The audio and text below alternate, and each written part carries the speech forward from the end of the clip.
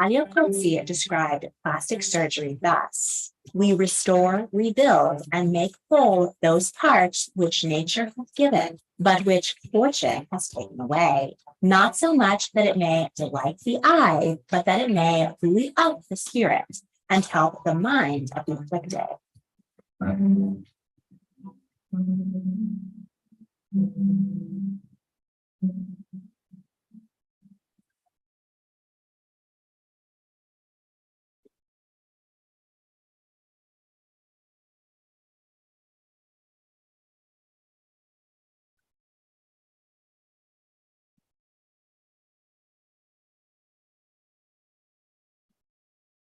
The average individual on the street, if you asked them what plastic surgery was, they'd tell you it was Botox and fillers.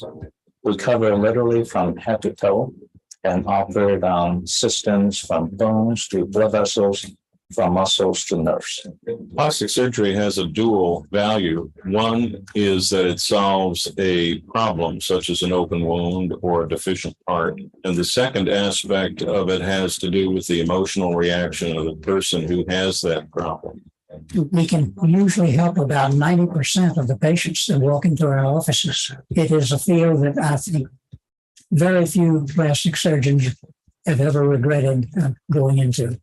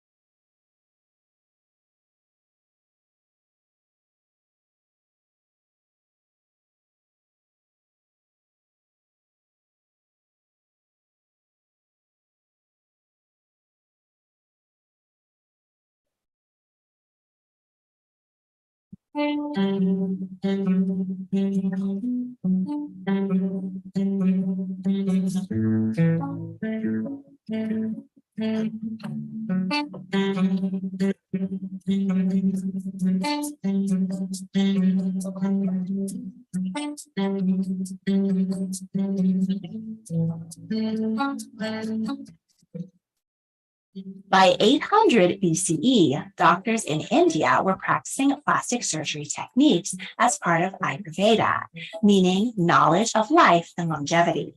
This medical system is built on acquired knowledge about the human body and is still practiced today.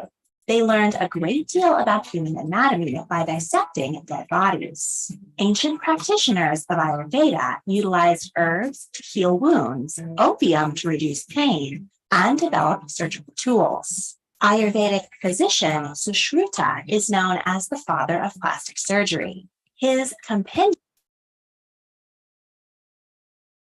300 surgical techniques, including reconstructions of the ears and nose. Earlobes were often torn by wearing heavy earrings and became infected. but they could easily be sutured back together by doctors. Rhinoplasty, or reconstruction of the nose, was a lot more complicated, but it was an incredibly important symbol of dignity and respect. Therefore, amputation of the nose was a common punishment for criminals to forever mark them as untrustworthy. Women often had their noses cut off if they were accused of adultery, whether or not they were actually found guilty. Living with this disfigurement was, of course, incredibly difficult. Develop treatments which might improve the lives of their patients. Sashruta recorded 15 variations for reconstruction of the nose, which involved cutting a flap of skin from the cheek or the forehead, and while leaving it partially attached to allow blood flow, suturing it over the nasal opening. Straws were positioned to recreate antibacterial, and other herbs and oils were applied to the wound, which was wrapped in cotton bandages and allowed to heal.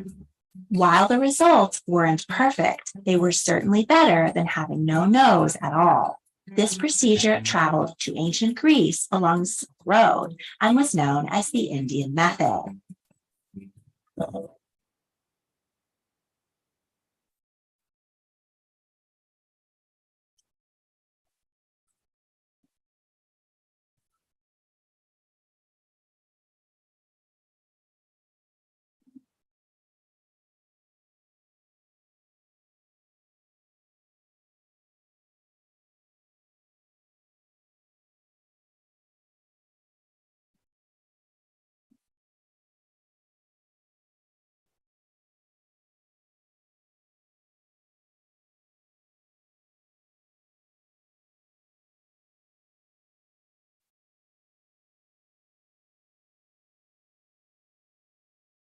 Aliokotsi described plastic surgery thus: we restore, rebuild,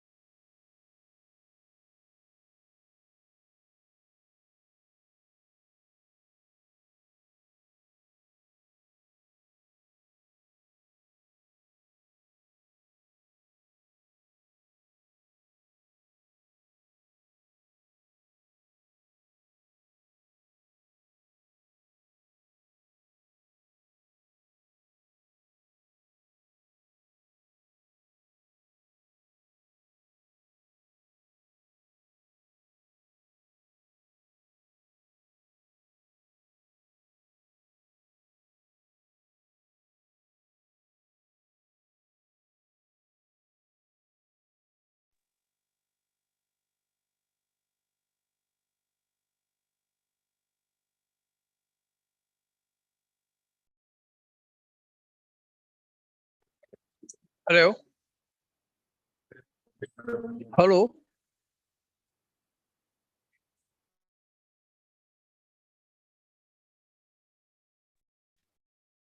Yes, sir. Welcome, sir. Welcome, National President, Dr. Sarat Agarwal. Sir, Soundaran sir.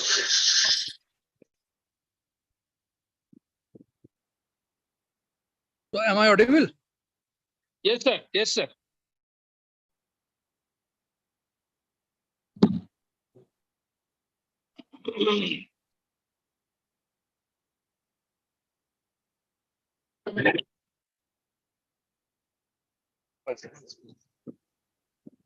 இல்ல எல்லாரும் வந்துட்டாங்க. இல்ல ஒண்ணுமே பண்ண முடியாது sir. President வந்துட்டாரு, லைன்ல வந்துட்டாரு.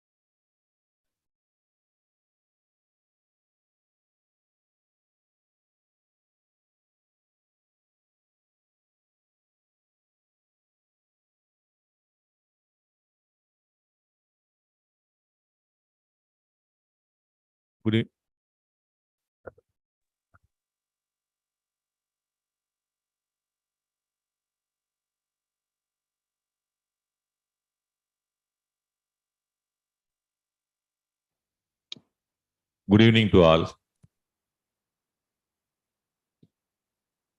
I request the President of Pollachi IMA, Dr. Saktivel, come to the stage. Dr. Saktivel.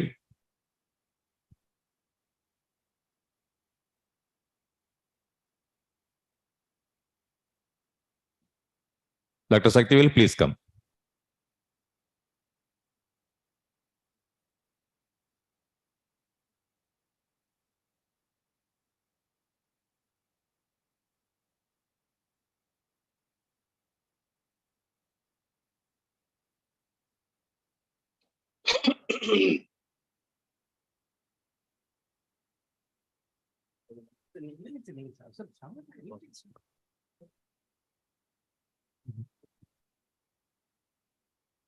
Meeting call to order.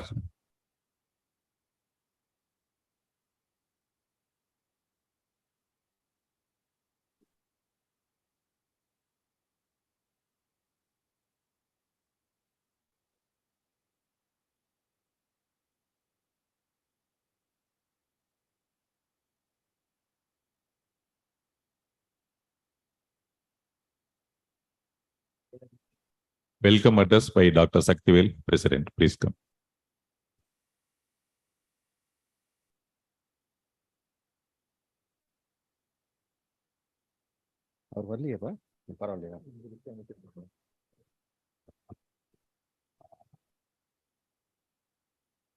அனைவருக்கும் இனிய மாலை வணக்கங்கள். இந்திய மருத்துவ சங்கம் பொள்ளாச்சி கிளையின் சார்பாக இன்று 4 நாட்களாக சிஜிபியின் மாநில மருத்துவ தொடர்கல்வியானது நடைபெற்று கொண்டுள்ளது. அதன் தொடர்ச்சியாக இன்று பிசிக்கல் மீட்டிங் அரேஞ்ச் பண்ணியிருக்கின்றோம். அதுக்கு மற்ற கங்கா ஹாஸ்பிட்டல் சார்பாக அவர்களுடைய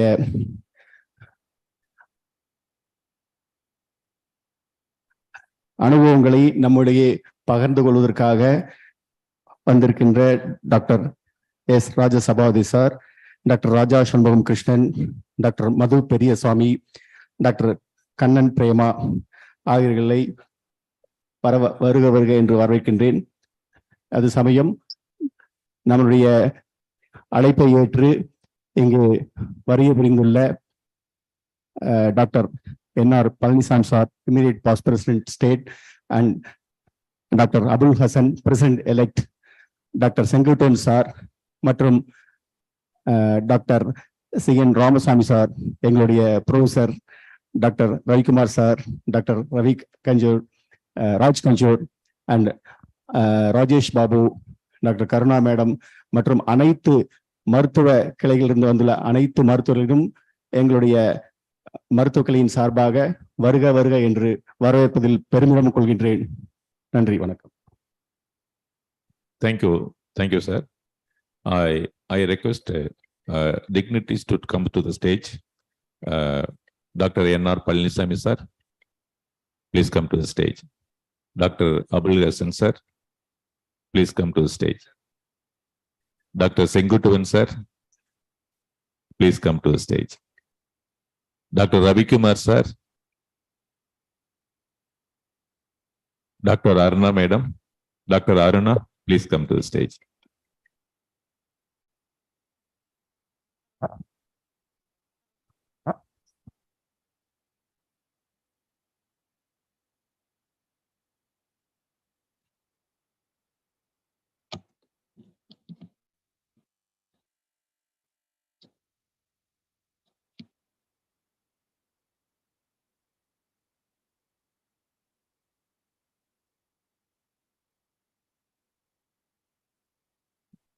Thank you. Now, I hand over the session to the CGP Tamil Nadu. Please.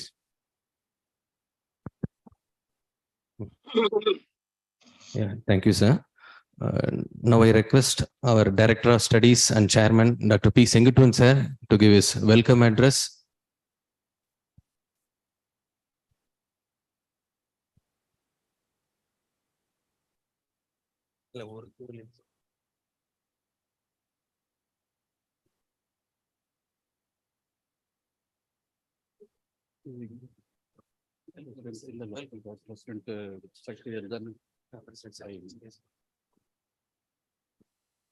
Good evening to all. Respected President of the IMA Pollachi, Secretary of the IMA branch Pollachi, respected President-elect Dr. Abul Hassan, respected past President Dr. Palanisamy, I welcome our National President who is coming here as in the Zoom. I also welcome him. I also welcome Dean of the IMA CGP headquarters, Dr. Ramesh Rayapu. I welcome Dr. Karuna's Vice President of the West Zone. I welcome Dr. A.K. Ravikumar, Chairman of the Hospital Board of India headquarters, IMA headquarters, Delhi. And I also welcome all dignitaries on the dais and off the dais for this CGP program to be held here virtually. I welcome once again all the members, delegates on the Zoom and physically here. Thank you for the opportunity given. Thank you.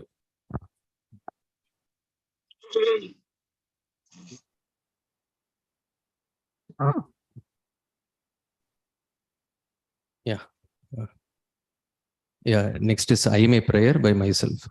May everybody be happy. May everybody, please, I request all of you to stand. Thank you. May everybody be happy. May everybody be healthy. May everybody be free from pain. May everybody be free from sorrow. May we be the healing cure beyond every greed and lure. Physician's prayer. Dear Lord, though great physician, I kneel before thee. Since every good and perfect gift must come from thee, I pray, give skill to my hands, clear vision to my mind, kindness and sympathy to my heart. Give singleness of purpose, strength to life, at least a part of burden of my suffering fellow men, and a true realization of the rare privilege that is mine. Take from my heart all guilt and worldliness, that with simple faith of a child, I rely on thee. Flag salutation. We, the members of Indian Medical Association, stand here to salute our national flag. It's our honor and glory to be our light and strength, and shall it be our course. We pledge our allegiance to it, and realizing our responsibilities as the accredited members of this national organization, we swear we will dedicate everything in our power to see it fly high. In the Committee of Nations, Jai Hind. Thank you.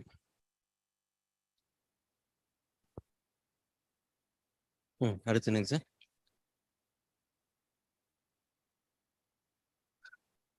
Now I request our State President, Dr. T. Sendamil Parisa, to give his presidential address.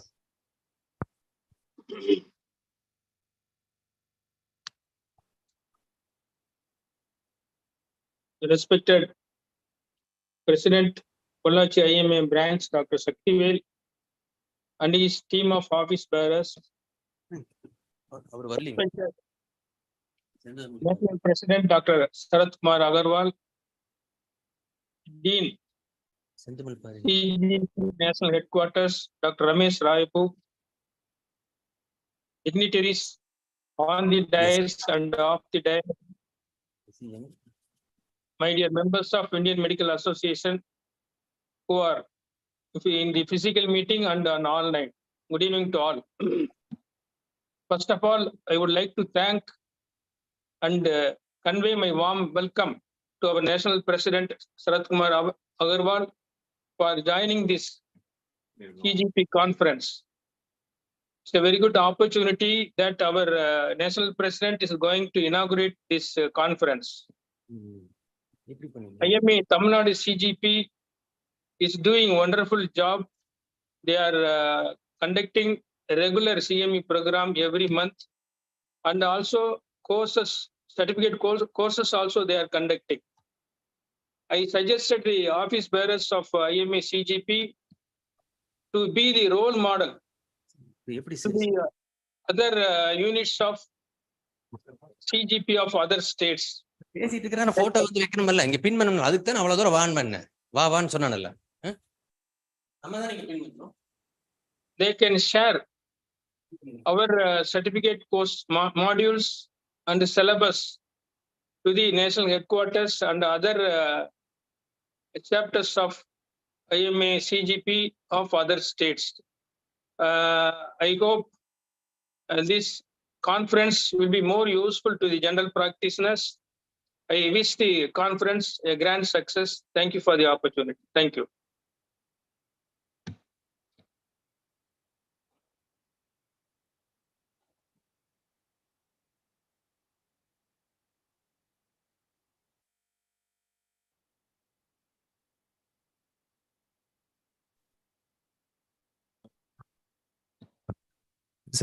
I request our State Secretary, Dr. N.R.T. Tyagarajan sir, to proceed with his secretary address. Respected National President Sharad sir, respected President Sendamil Parisa, immediate past President N.R.P. sir, incoming President Abul Hassan sir, immediate past State Secretary and sitting HPA Chairman Dr. A.K.R. sir, and State Vice President Karna ma'am, to the Pollachi Branch President, Secretary, and to the Chairman of the CGP of Tamil Nadu, Sengutwan sir, and to the Secretary Sendil, and to the other office bearers. Good evening to all. It's been a wonderful fourth day today, and amazing, as I said on the inaugural, like 3 days back.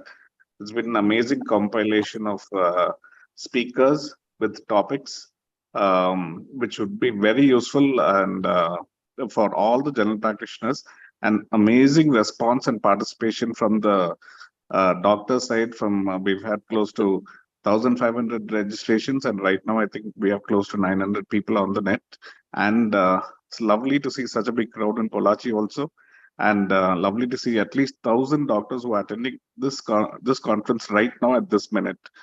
So congrats to the entire team for doing this amazing work, and for arranging this participation has been achieved because of continuous work by the state chairman and the secretary. I'd like to congratulate them on this amazing performance and amazing participation, rather. And thanks to the entire team of senior, experienced speakers who have shared all their experiences and academically, and really good input over the past 4 days, and looking forward to the topics for today and for tomorrow also. And thank you for this lovely opportunity. Thank you, sir. Thank you, sir. At the outset, I welcome all our eminent speakers and star speakers of the day. And next will be faculty secretary address by myself. So regarding this CGPCON 2023, it was arranged in a short notice. So initially we started this as a small state CME, which we thought, since Dr. Raj Savai sir is coming here to our function, we'll make this as a state CGP CME, but then it was converted to a conference. So this conference, it was for a period of 5 days and 3 hours a day. So we had almost 2,100 participants registered as of now, and the numbers are still increasing. And I also thank our strong IT team, Dr. Vijay Kumar sir, who has helped all the way throughout the conference. Whatever we have asked, he has given. So the maximum cap of participants were increased from 500 to 1,000. And even after that, it is now streamed live in the YouTube. Yeah. So with this, I just finish my note. And now I hand over the session to our national president for inaugurating the conference and also his presidential address. Thank you, sir.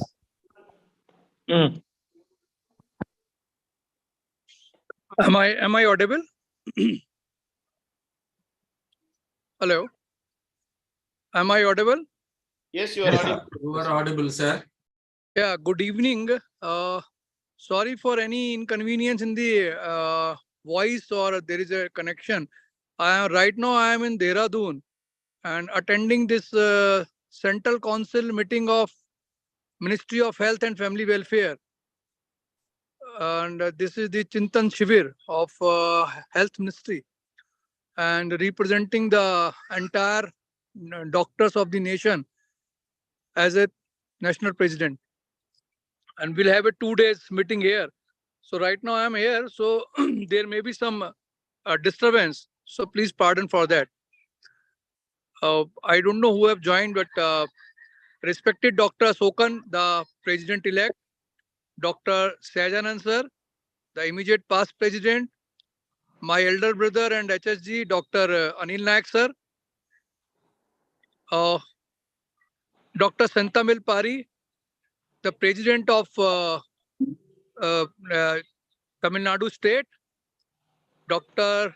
Ramesh Babu, the dean of the IMA CGP headquarters, Dr. Ambu Rajan, the dynamic secretary of IMA CGP headquarters, Dr. Tyagarajan, secretary of Tamil Nadu, Dr. Palniswamy, the past president of Tamil Nadu, Dr. P. Sen, the director of CGP of Tamil Nadu state, Dr. Senthil Kumar, faculty secretary of the state Tamil Nadu IMA CGP, all the senior leader, dignitaries, dear friends. I am very pleased and happy that Tamil Nadu CGP state branch has organized 4-day CGP conference, and with a huge gala of these wonderful topics selected. CGP is meant for the promotion of the family physician concept in country, and which the particularly Tamil Nadu state is doing perfectly well. See, we always believe, IMA headquarters always believe the value of the family physician in the health of the nation. We have to promote, we have to make society realize the value of a family physician. Because only the family physician concept can decrease the cost of the treatment. the concept of each and every disease element, and the society has been for last 10-20 years, it's been trained or has been briefed or has been conveyed that for each and every small element, they need not to go to the specialist doctor. If the concept of family physician will be re-established in our country, I believe, and IMA headquarter believes, it will definitely help in decreasing the cost of the treatment. And it will increase the value of the treatment and help in building the healthy nation. So by this conference, I'm sure that the family physician of entire country, as the Dr. Amburajan was saying, the more than 2,000 registration are there. So it's a huge number. And if 2,000 family physicians were trained and benefited by these kind of conference, it is going to help entire nation. And all kudos to Tamil Nadu state for doing wonderful thing. But my one request to the dean and the national dean and the national secretary of CGP. See, Tamil Nadu is a landmark for CGP. Tamil Nadu expected to do the brilliant thing, but this should not be the end. Tamil, as the state president, Dr. Sentamil Pari said that it is not only the Tamil Nadu, but CGP headquarter has to ensure that these kind of conferences should be held each and every state on a periodical basis. They should not be concise themselves only for 4 zonal conferences, but they should try to have held these kind of conference at least in each and every state. That should be the goal and the benchmark. So I request Dr. Ramesh Babu and Dr. Amburajan to please do the effort. And see, they have in the CGP, if we see the office bearer list of CGP, almost all states are covered, big states are covered. So why can't you give that responsibility to one of the office bearer of your team to should organize a CGP conference in respective state? You still have a 6 month. As a dean, you have 6 months more. And in 6 months, you can very well organize at least 12 or 36 conferences, maybe virtual. So my request is, please do that. And I'm very happy to see the content of this conference, and all the kudos, all the my best wishes to Tamil Nadu State CGP chapter. Thank you very much for giving me this opportunity. I'm sure that this is a very, very successful event, and I formally inaugurate the CGP conference of Tamil Nadu State. With these words, thank you very much. Long live IMA. Jai Hind, Jai Bharat. Thank you, sir. To inform that we have arranged this conference based on your advice, which we had during your visit in the CGP headquarters last month. So we will definitely continue to do the same, sir. Thank you. And now I request Professor Dr. Jayalal, sir, immediate past president, National Headquarters and Secretary General, Commonwealth Association, to give his keynote address. Thank you, Dr. Sendil. Distinguished and my beloved National President, a very ardent supporter and the very vibrant worker, Dr. Sharat Agarwal. The distinguished State President, Dr. Sentamil Pari, the President and the team of Mumbai's of the IMA Pollachi, and the past national and state office bearers of IMA Tamil Nadu, and the CGP national office bearers. It is indeed a great privilege and honor for me to address the keynote address on this very important session. It was a dream come true for people like us who was actively involved in the College of General Practitioners. A state is involving and conducting such a meeting to this caliber to engage the general practitioners of our state in understanding the various newer concepts of the healthcare medical education. A few states in our North India, especially if you see the Varanasi, the states like the Chhattisgarh, they used to arrange such a continuous CGP event to stimulate people, to give a family medicine concept and culture to the people, to understand the more on the general practice concepts in the general practice. So I'm extremely happy Tamil Nadu, which is doing a very structured, organized courses, also conducting this mammoth program in which more than 2,000 people are participating. It is also interesting to see that you have chosen a topic of today. It's a plastic surgery and the general practitioners of the family medicine concept as a theme for today's program. And the previous days on the various topics you are given an address. Today, incidentally, July 15th, we celebrate the World Plastic Day, Surgery Day. And in commemoration of that, in remembrance of that World Plastic Surgery Day, and IMA Tamil Nadu and the CGP is also organizing this program. I'm extremely happy to see a man, Rajesh Sabhabadi, who has formed the Plastic Surgery Association of India as a president, who has envisioned and conceived the idea of having a National Plastic Surgery Day, and whose vision and whose concept is accepted as a World Plastic Surgery Day, and throughout the world, which is being celebrated, is going to be here right down at Pollachi and going to give the address. And what a great privilege. It is the person who was a modern day father of plastic surgery, was conceived the concept of Plastic Surgery Day and implemented in India, and which is recognized the world over, is being honored, or we are privileged to have such a person starting or giving the address on this day. And it is my salutation to him for the yeoman service he has done into the field. And today is a day that we are talking about the general practitioners and the plastic surgery.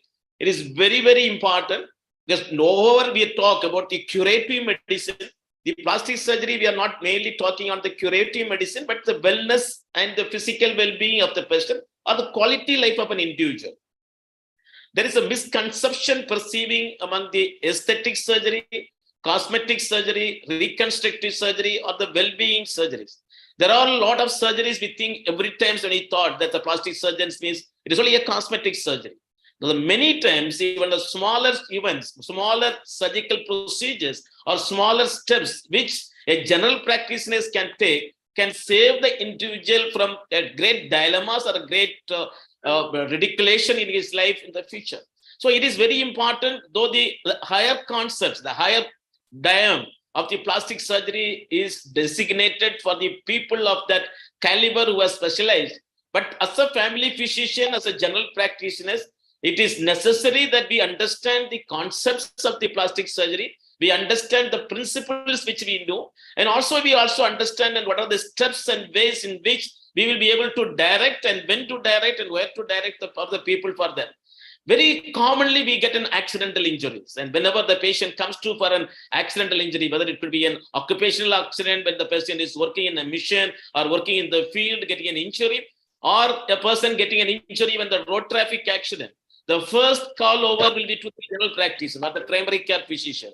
When the patient is coming, and as a referral surgeons, we are working in a medical college, we often see many times the wound will not be cleaned, the sutures will be put on haphazardly, and there will not be a way in which looking at the day that we see that adequate care which is needed for a wound is being given to him.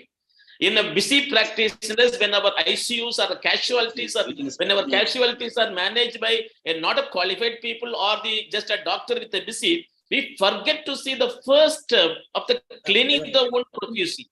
Many times we get patients where the wounds are with all the dust, all the sand particles are there. So it is a day that the College of General Practitioners, we are insist on that, the basic concept, and the patient comes to us that how we are going to clean, even a small, giving a local anesthesia, how you are going to give an anesthesia for an injury with the finger, injury in the palm, injury in the hand, and what are the areas where we are not supposed to meddle with that, the zones of meddling with that, or primarily just suturing that. So this needs to be taught. That is the intention of this program. And similarly, we must always believe that when we are making a suturing, putting a tension suture is worse than keeping the patient not suturing. Leaving for a delayed suturing, delayed healing is much better than intending to do the primary suture. But what we are seeing in a referral center and medical colleges, and many times the patients are coming in a very bad situation just because of the first handling is not done. So being a primary care physician, being a general practitioner, You are going to be the first care people when they are coming, and the role in which you are going to save the future of the person is immense. Not only on that injury, whether you take it as a burns patient, when a patient with the burns come to you, and if the general practitioner is not aware of the fluid resuscitation, the way to protect it, the way to give the first aid to him in a proper way, an appropriate way of referring the patient, that is going to be a disaster for the patient. And if the patient is not given a properly calculating the burns injury and giving that adequate cover and adequate fluid resuscitation, that is not going to be of a great help. So your role in understanding and learning the burns concept is also important. And the plastic surgeon always knows, it is many times we are seeing the people, why the quacks are thriving, why the quacks are many places they are going with the incidents or the things happening in their life, which they are not able to openly communicate with the general practitioner. They are going to the quack. I have seen many patients who have a problem with the vaginal stenosis, or the patient with the penile atrophy, or the patient with a large breast, and they are not able to come to a doctor and see that, and they are not aware that there are a lot of structural and the dedicated plastic surgery procedures are available to do help them to reconstruct the vagina, reconstruct the penis, reconstruct the breast in a proper way. So that is not a cosmetic; it is an aesthetic of a reconstructive surgery, which is going to give the well-being of an individual. So, as a general practitioner, we should be know what is the problem. When a patient comes to you and say that this is a problem, whether we will be able to refer this patient to according to the certain places, certain areas, and where we are going to send the patient, and that we need to. And if we know, and many times we will know the patient comes with a small problems like we have seen even today in this advanced world, we see people with the frenulum, the tip of the tongue is angulous, or they are not able to protrude the tongue. They are living forever. A small advice from them on the plastic surgical procedure would have been saved the individual.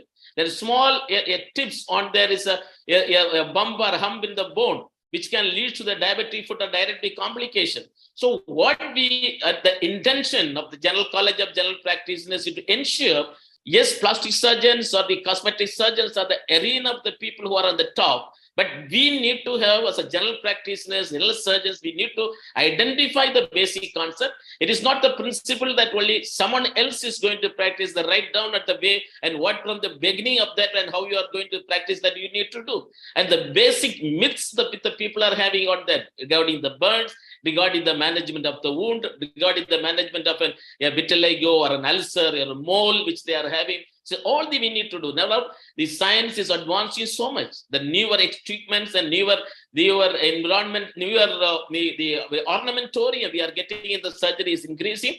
So I believe and I hope when we are going to hear the lecture from Dr. Raju Sabhavadi and the team of the people, that IMA College of General Practitioners can instill the hope and the confidence in the general practitioner. I have a role to play in the well-being of an individual. I have a role to identify the early flag signs and to refer the patient appropriately. I have the role right down when the patient comes to me with a trauma or the burns or the injury or an ulcer or even a surgical wound, and how we are going to do. We normally used to say the signature of the surgeon is the skin wound, skin closure, how he is doing. That is what exactly the plastic surgeons are also teaching us. So how you are going to suture, how you are going to, what kind of suture material you are going to use. Many times our mindset has not changed, that whatever the silk available, whatever the material available with us, we will try to put a suture.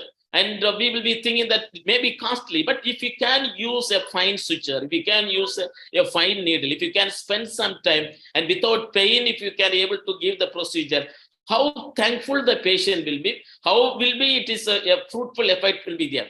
One of the small incident I just want to quote, one of the director of medical education used to see, in the olden days, when we are going for a haircut, when we are going for doing a haircut, we know that there are villages where the people will sit under a tree, people will sit under the small cluster of the chairs or the stones, and where the barber used to cut the shave or shaving that.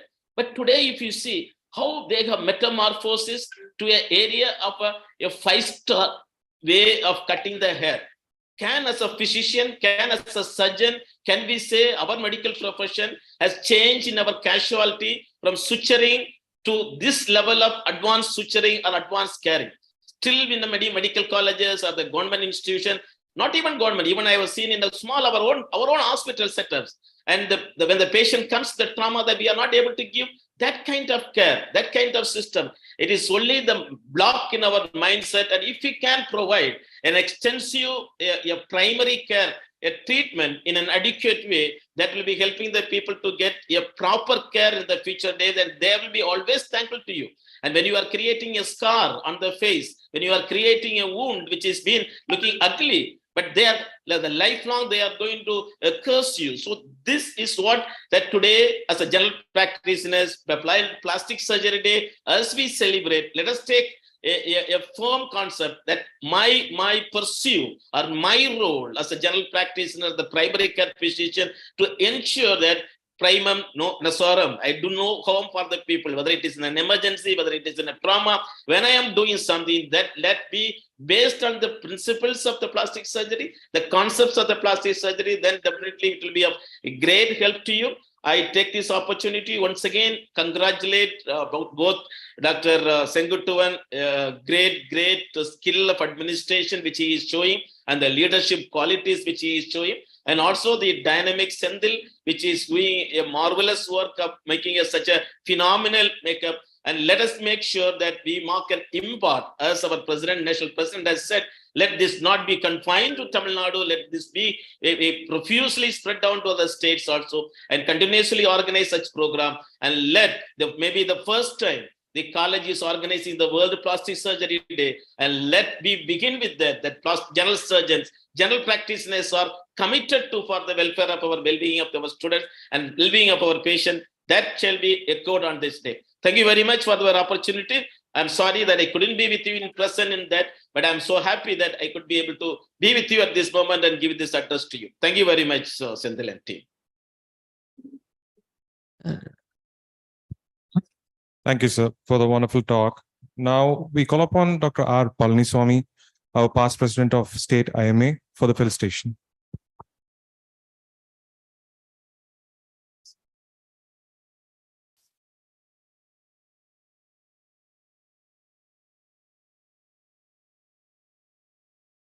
Respected National President Dr. Sarat Agarwal, the State President Dr. Sendamil Pari, and the leaders on the dais and off the dais, and my dear colleagues, good evening to everybody. Of course, it is indeed a great pleasure to be here on this occasion to felicitate the organizers as well as the faculties who have conducted this EMA program for the past 3 days, and also today and tomorrow. Friends, actually, first of all, my felicitations to the Pollachi IMA for conducting such a wonderful IMA CGP conference, hosting the conference, the President Saktivelu, the Secretary Soundarajan, and all the past presidents of IMA Pollachi and all the members of Pollachi for the great event.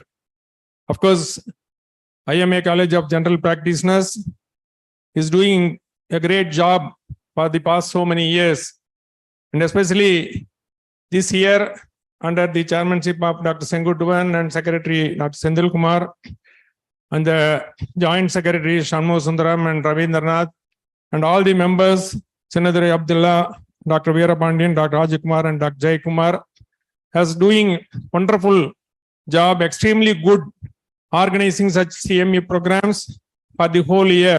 Of course, the team was there in the last year also when I was the state president of IMA in 2022. And I know, I still remember the day in 2011 when the elections were conducted. And of course, my part was also small to elect Dr. Sendil Kumar. You all know how much good job he is doing. You have to give a thunderous applause.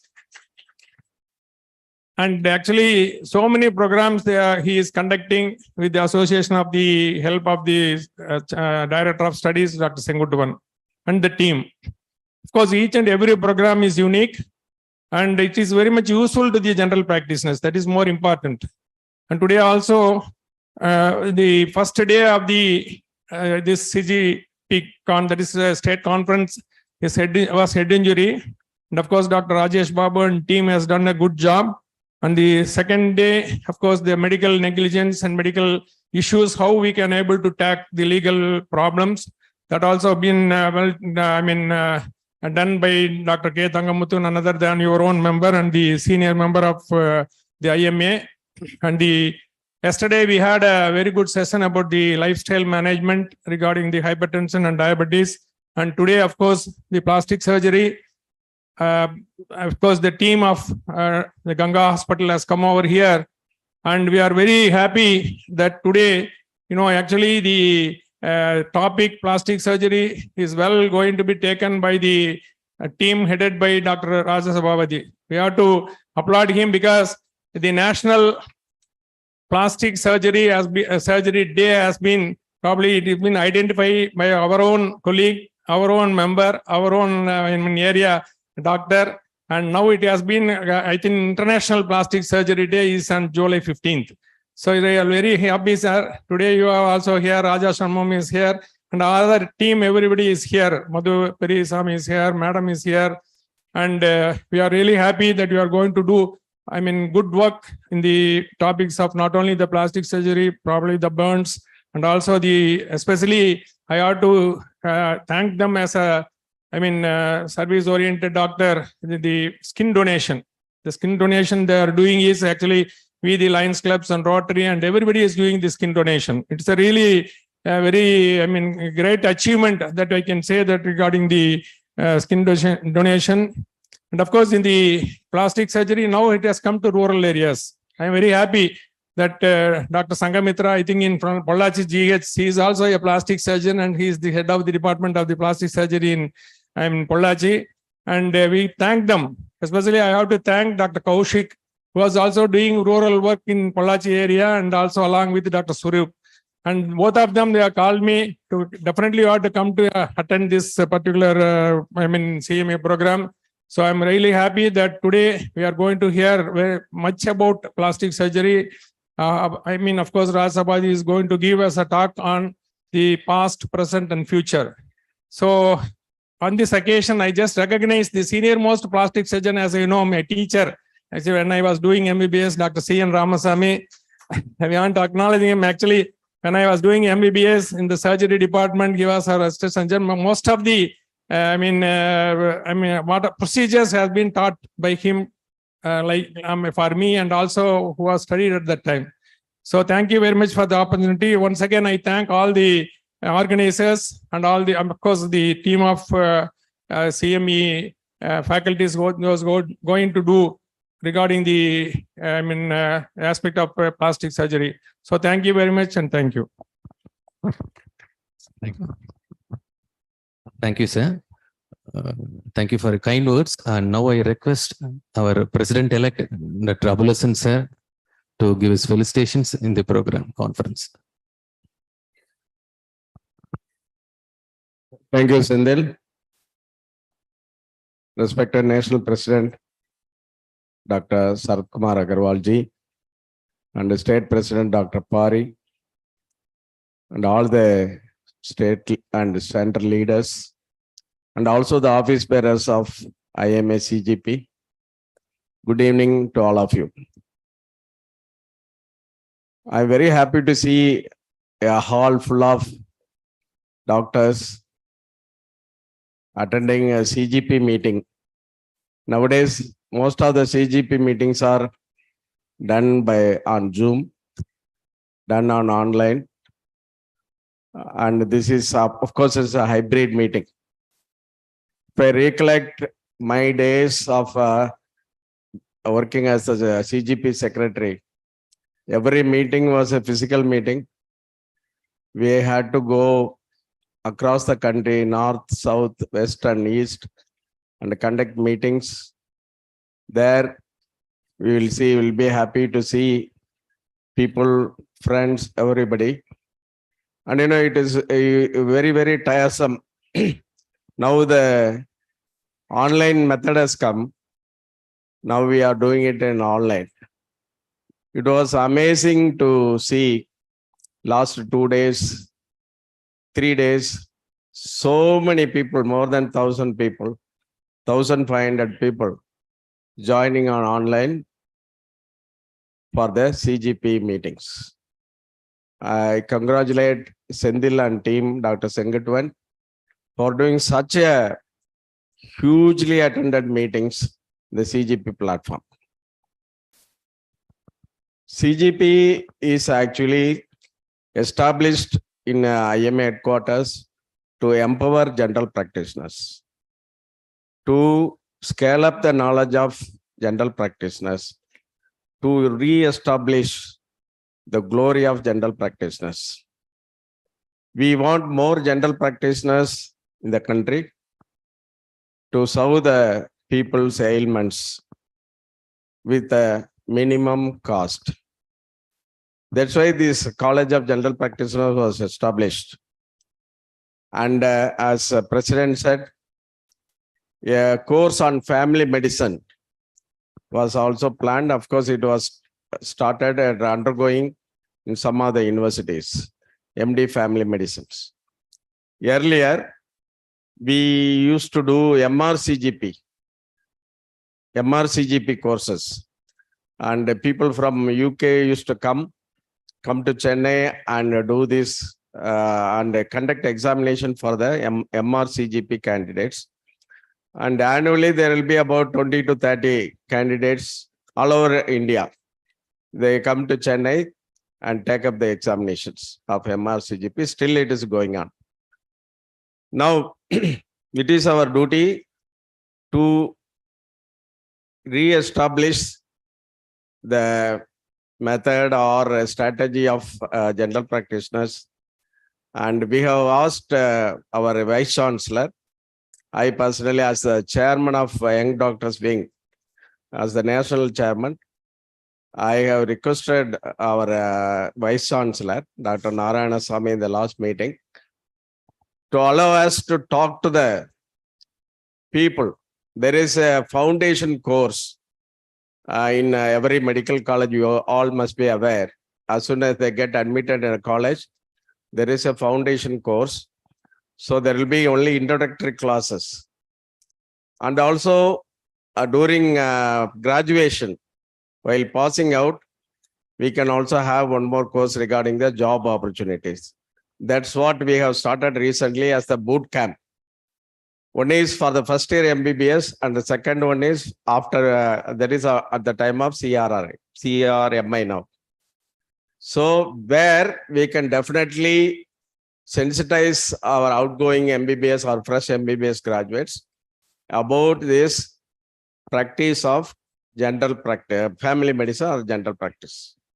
This is our idea, so that we can give general practitioner MBBS graduates about the primary cardiology, primary even plastic surgery, wound management, trauma care, ECG, everything the general practitioner will know, that he will be able to deliver most of the primary care for any kind of ailments. That is the idea. That's what this CGP is doing. That's why the CGP is conducting so many courses. So many courses now, every course is online. So many of you can log on to CGP website and select courses. Coming to the plastic surgery day, and I am seeing lots of plastic surgeons today, with starting with Rajasabhadi, Rajashanva Krishnan, and Nambi, and many more, Pasupati, and so many people have come. I think this is a wonderful opportunity. Rai Kanjur also, wonderful opportunity to tell all those 1,000 and odd people who are joined today. All are waiting to hear your lectures. You can teach them, you can tell them the important message of wound care, and the plastic surgery starts with the wound care first. So they all will be definitely scaling up their knowledge about the plastic surgery. And I am really amazed, excited about this kind of opportunity that is given today by CGP. And I am very, very much thankful. And as president of next year, 2024, I wish and also like to assure all support for this kind of activities, and where more and more people will come to enrich their knowledge about various disciplines of medicines, and also, they ultimately they serve the people in a better way. Thank you very much for the opportunity. Thank you, sir.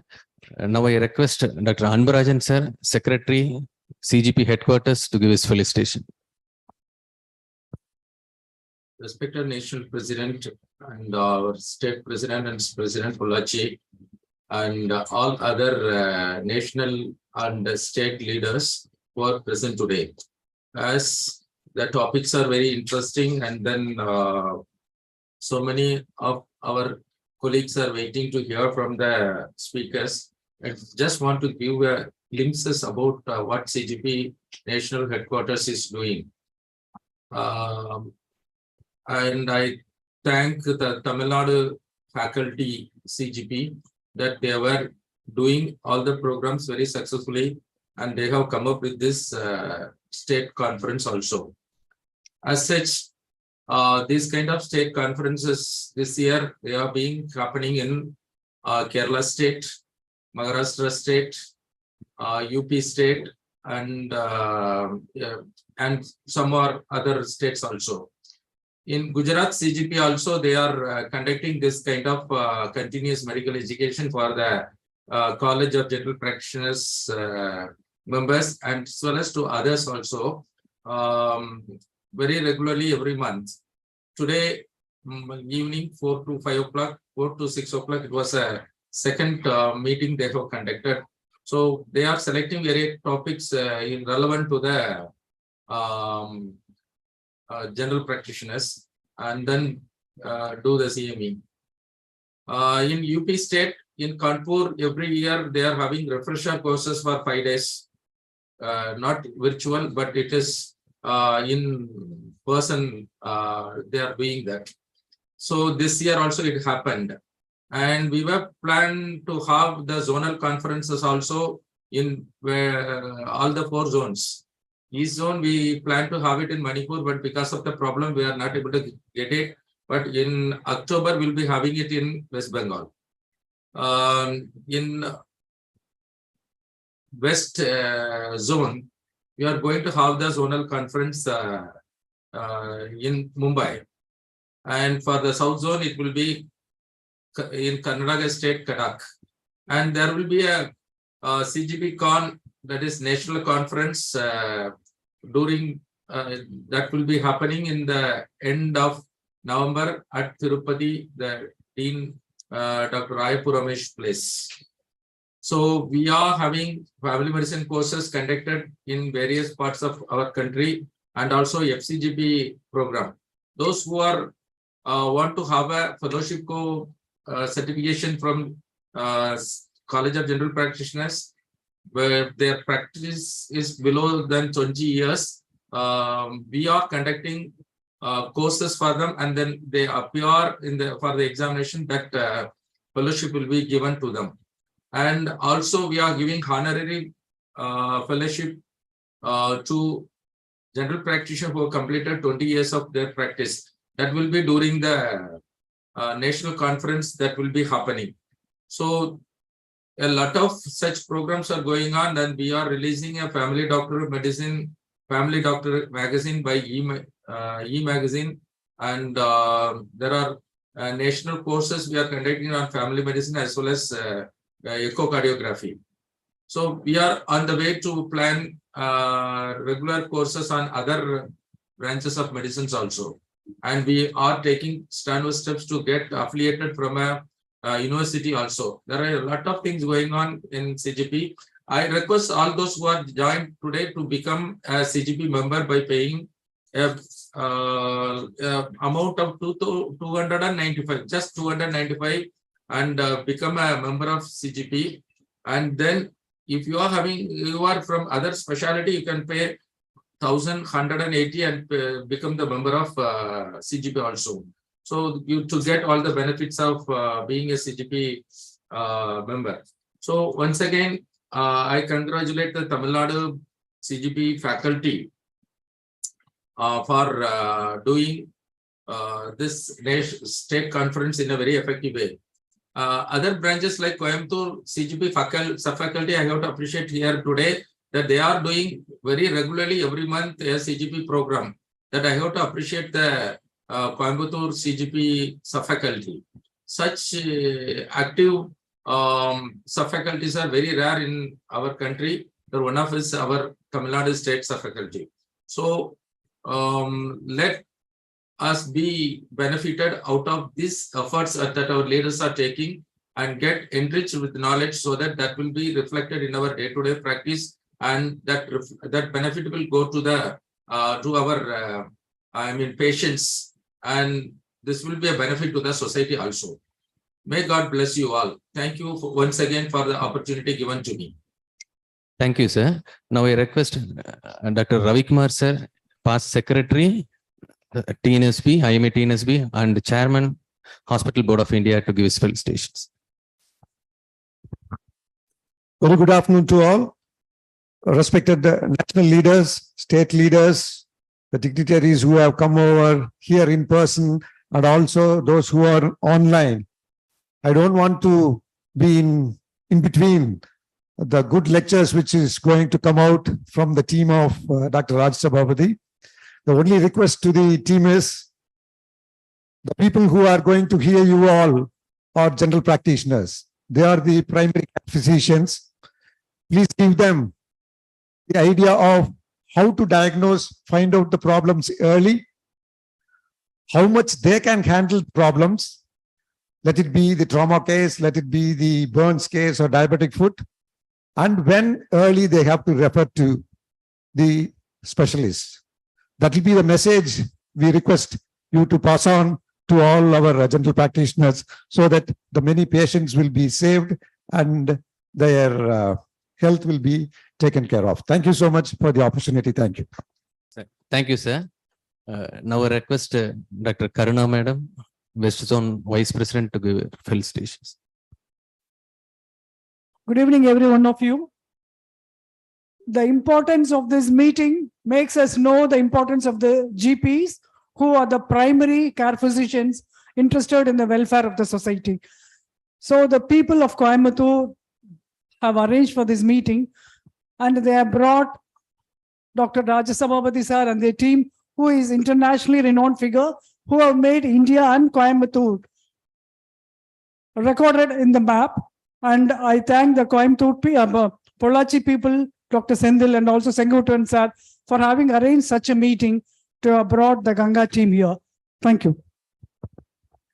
Thank you, madam. Now we are going to offer shawl and mementos to our guest of honors and chief guest. So now I request Dr. Ramakrishnan sir to come to the stage. Please come, sir.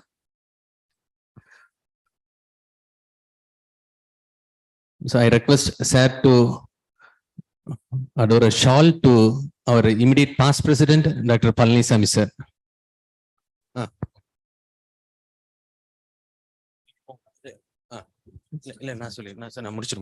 Yes, ma'am. Yes, ma'am. Thank you, sir.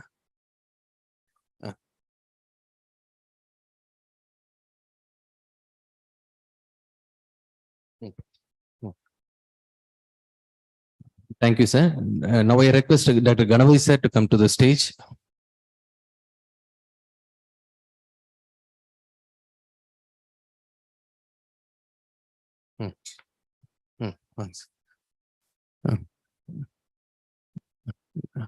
So I request sir to adore a shawl to our Director of Studies, Dr. Sengutan sir.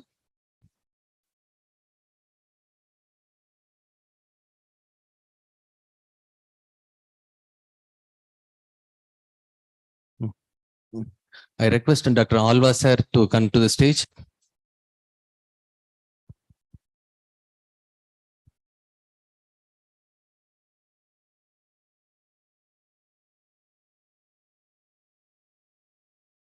Please. Yes. I request sir to adore a shawl to Dr. Ravi Kumar sir, past secretary, IMA TNSB.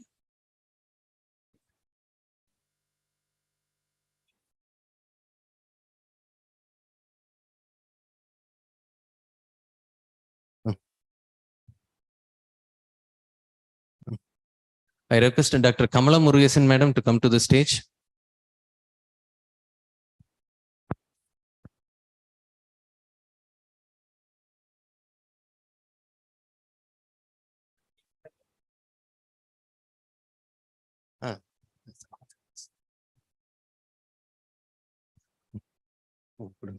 Coming central. I request Madam to adore a shawl to Dr. Karuna Madam, West Zone Vice President.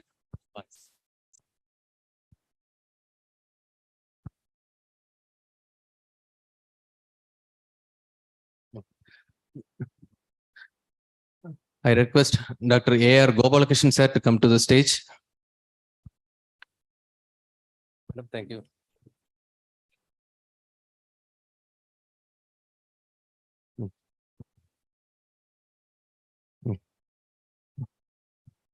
Thank you. I request sir to adore a shawl to our President-elect, Dr. Abul Hassan sir.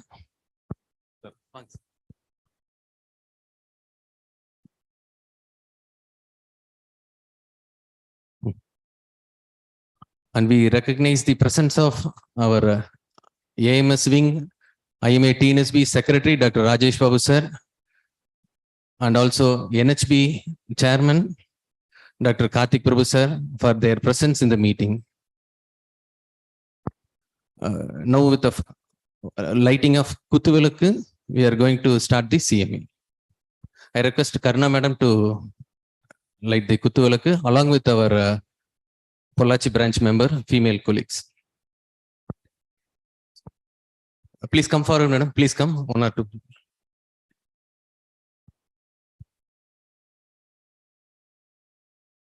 Dr. Sangadhar, please. You can.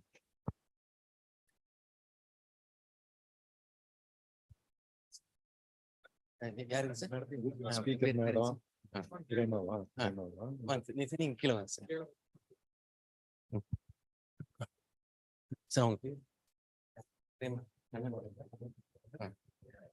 Yeah, one time.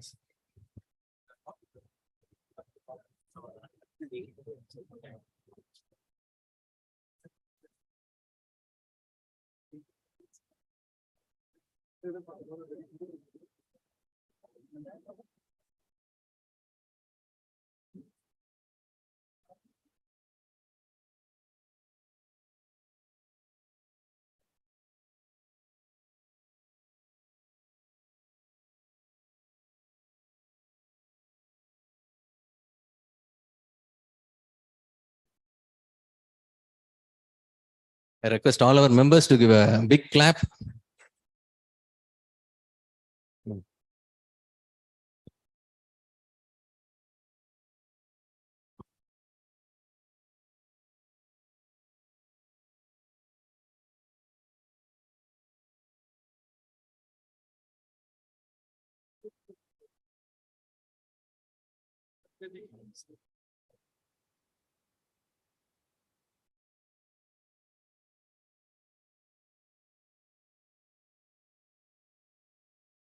Thank you, sirs.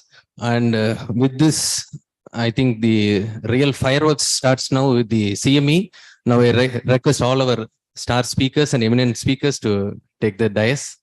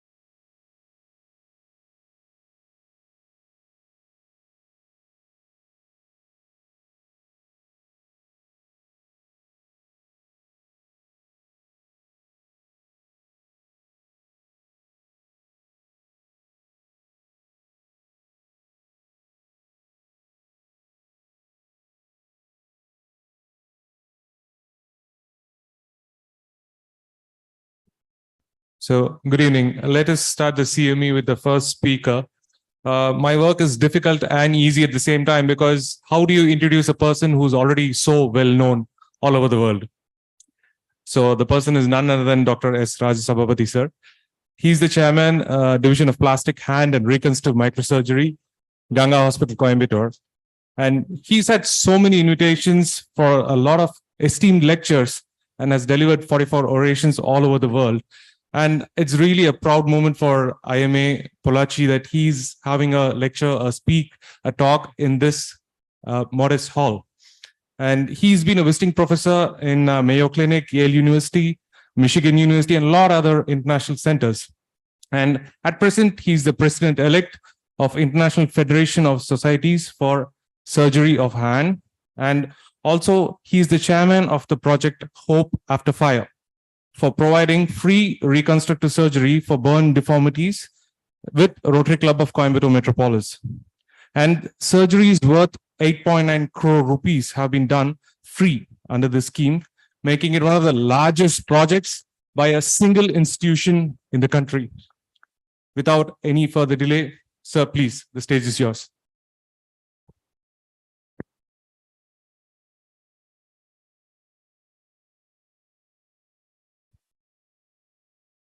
So good evening to all of you. I think it's a great honor and opportunity to be in Pollachi. I think first of all, I must offer congratulations to the national leaders and the state leaders and the Pollachi people for organizing a meeting of this magnitude. And it also coincides with National Plastic Surgery Day, which was later converted to International Plastic Surgery. I thought a brief note about how it all started has to be told.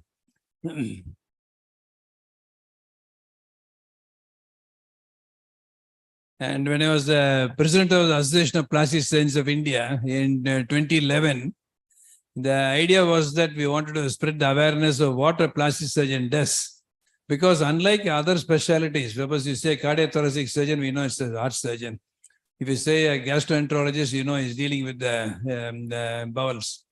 And if you say nephrologist or a urologist, you know, all of them are identified with the specialty and the organ system, whereas a plastic surgeon is one person who operates from head to foot. He operates on both sexes and all age groups. So always there's a great difficulty in people identifying as what exactly a plastic surgeon does. So I thought we should have a day. And when I proposed it to our National Executive Committee, they said, how do you choose a date? We can't know the birthday of Sushruta, so otherwise it becomes into controversies. So what I thought was we'll put a date in the middle of the year so that every president, when he takes up the presidency in the beginning of the year, he'll have a theme. So he'll work on the theme so that everybody in the country will do one thing on that day. And then he'll come back to when he comes to the our annual conference, he'll tell exactly what he has what he has done. So that is the reason why I thought it. So on the first time when we did, so on the first day when I did, what I said was I requested every one of the members of the plastic surgery to do at least one plastic surgery free that day.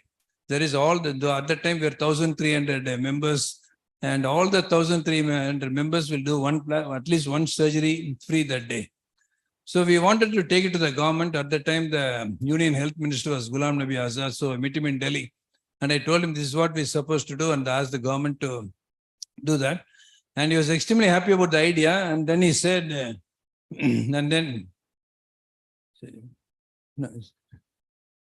then he said, I think it is a great idea because in one stroke, I think you will catch the public attention.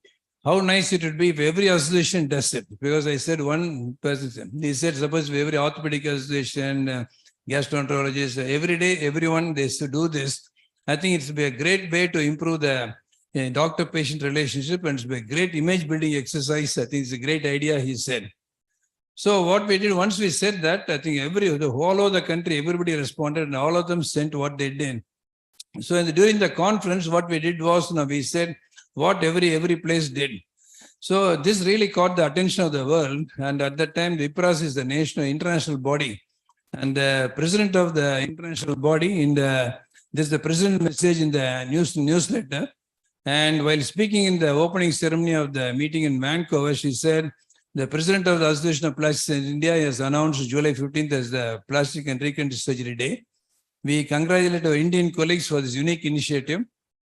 I dream of having a worldwide plastic surgery day with you on the July 15, 2012. But then, though she said that, it didn't really happen. So because it has to pass through this, and it really happened only in 2021. And at the Council of Presidents of the National Societies, which is organized by the American Society, the then president, there was a discussion about how to increase the awareness about the awareness. And he spoke about the Indian experience, and all the delegates appreciated it. And then it became the World Plastic Surgery in 2021. I am happy now that a concept that has been conceived in Coimbatore has got the world recognition. And here we are, celebrating the World Plastic Surgery Day. I'm so happy about it.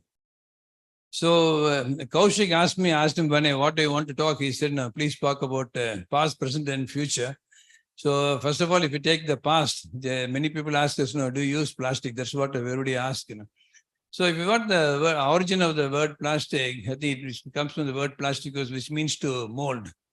And it is the plastic surgery, the specialty got its name in 1818. The first time ever it was used was in 1818. And it will be of interest for all of us to know the material plastic was invented only in 1907. I think it has got only about 120 years, but then we have got 2 centuries of where time the plastic has been used. Bakelite was the first plastic that was ever used, and that was used, and even plastic that got its name because it's moldable. So that's the reason it got this. And our specialty got its name because to describe the process of doctors who molded and reshaped the tissues. If you take our country, there are very few things where unquestionably we are the first in the world. So I think the concept of zero, I think nobody questions it. I think India only gave the concept of zero to the world. Chess, nobody questions it. So similarly, I think plastic surgery also nobody questions it. I think if you take any plastic surgery book, the first 2 pages will be about Shushruta and Indian rhinoplasty. Any plastic surgery book published anywhere in the world, I think what you will find is that this is uniquely, we should be very proud that it is unquestionably plastic surgery originated from in our country. But then plastic surgery grew in the theaters of war. I think the World War I, Harold Gillis was very ENT-based plastic surgeon. And McIndoe, I think the World War II, I think it really grew because in the airmen who were fighting, and then when the planes were shot, and they are everywhere else, they were protected except the face. I think when they ejected out of the cockpit, when the burning flights, all their faces got burnt. And then in the process of reconstructing the faces, they did not know how to move the tissues. They are doing what they was called as the tube pedicles. So here you'll see on your left, those tissues were all taken from the abdomen tissues, neck and all that, they're all going. So that means for the reconstruction to be over, it is almost would take more than a year. And many a time, there'll be a lot of failures on the way. So that was the one that was happening. And basically because they all thought that they should do, if you take a 5 centimeters flap, I think the breadth must be 5 centimeters. By the time it reached where you want to reach, it is almost now become difficult. And now we are able to raise big flaps on small pedicles and we are able to cover large areas. I think that's what we did this. For example, if you see there, the base is only very small, but then we are able to cover it. That's because we found if you keep a blood vessel in the base of the flap, if it is there, that means you can take a large amount of tissues. So this was the one in this world, and you will find that we got a major injury like this, where both circumferentially you get a loss. This girl wanted to be a doctor, and when she was going for a tuition class, she got this injury. We debraided it, fixed it, and then we had a huge flap she has got. And you find, that she has, now she's a doctor actually. She's a doctor and she heads a good department. And if you find, she's able to write in a way, I think, which many of us cannot write, so that she writes it very nicely, she writes it.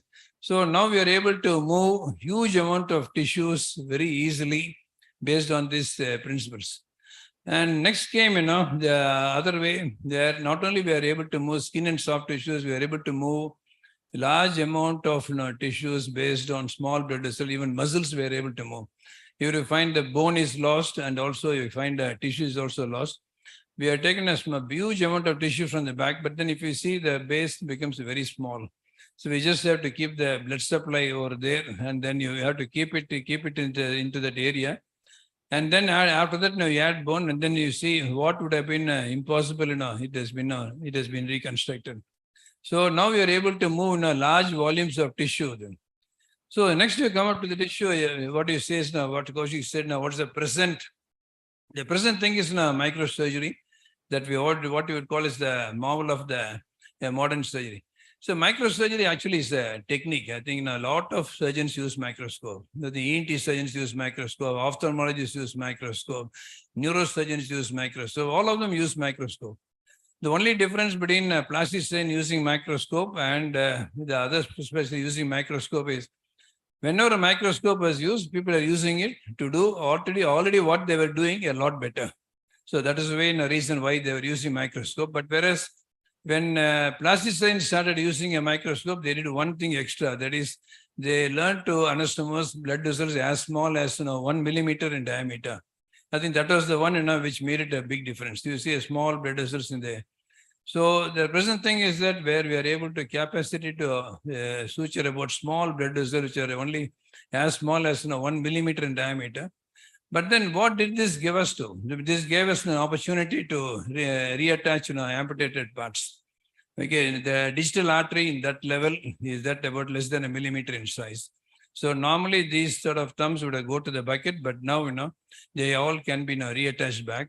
And even such major injuries, where they got completely, which would have gone for elbow amputation. So where we are able to put them back. And you see the same lady after 4 years, I think she's able to use the hand. What would otherwise be an elbow amputation, been observed. But more important than that, no, she's married. I think she is married and she has got a child. I think that's what is most important to do. And not only this, what we had, not only reattach fingers and hands, we can reattach the scalp and everything we can reattach. So this is a child who got her the whole scalp avulsed while going that spinning wheel. It gets caught in that and avulsed. And this girl, same girl we have put back and she has got the hair back. And they all come back give the wedding invitation. The same child they come back and give us the wedding invitation. But then if you really think, if you not put this back, I think what happens is that they go through a very, very difficult process. You have to get little small holes and then make granulation until you come up. I think our non-replant results are extremely poor. I think you will know the difference between what has been replanted and non-replanted. I think there's a great amount of difference and we get only one chance. So the most important slide is this, as Ravi Kumar said, how to bring the amputated parts. I think that's the message, What is that? If you preserve well, I think you can travel long distances. The tissues which do not have much muscle can be transported for a long time. The longest distance where we are replanted finger is from Saudi Arabia. One of our persons, Kerala person got amputated in Saudi Arabia. He came the next day, properly stored. Now we are able to. What you should do is that they put the amputated part into a plastic bag, and you must tightly cover it, seal it up with a knot. And surrounding it, you must put ice cubes. You must not put ice cubes and the amputated part together. Then they get frozen. It almost like you must keep it around 4 degrees so the tissues do not get frozen. And you must not put into any fluid. Sometimes you put glucose or don't put it. And don't let the part come directly into ice. So into the plastic bag, and you must not put it. If you directly put it into the plastic bag, that they all get frozen, that's not possible. For things like scalp, it does not have any muscle. That means 10 hours also is okay. You simply you can do that. So that's the way now usually things come up. But sometimes people ask us, what if the amputated part is big? How can I can't have a plastic bag so big. So then what you do is that you put the bag, whatever you have, and put ice into small bags and surround the whole thing, the part with ice cube. So you put the plastic, ice goes into the plastic bag. Instead of part going into the plastic bag, ice goes into the plastic bag, and then put a lot of plastic bags around it. That's the way you should transfer it. The next big jump, what plastic surgery did was, apart from reattaching the amputated parts, we are able to transfer tissues into areas which were taking long time. So I showed you the tube pedicle. Suppose you want to cover a face or you want a leg, that means it is taking, they used to take tissues from the groin, carry it with the hand, put it in the leg. It was taking a long time that was taking. Now we are able to carry it up with one big jump that we are able to do. That means if this has to be done, and if it has to be very effective, we have to do it before the bone dries. I think that's very important. So that means the earlier when you have a big gap where there's a soft tissue loss, if you are able to cover it up before infection sets in, that is 5 days. 4 or 5 days, if you are able to cover it up, then what happens is the tendons, they all survive, and then the bone heals. The chances of bone union is all higher. So I think that's the message we need to have. If you find that any wound, if it does not heal in 14 days, I think that means it needs to be skin grafted, or for the quality of healing sake, it has to be done. If you just leave it for a long time, any wound will heal. I think if you find so many animals get injured in the forest and nobody treats them, but then they all get healed. But then what happens is that not that they don't heal, but it's only a matter of quality of healing, that really counts. And for that, what is really important is that earlier the cover, it's important. Many a time we get a thought saying, we thought we'll do plastic surgery after the wound heals. But actually the important thing is that plastic surgery is required to make the wounds heal. I think that's very important. I think that's the thought which we need to give. So here you find, this is a patient referred from Amritsar. The patient is so far away.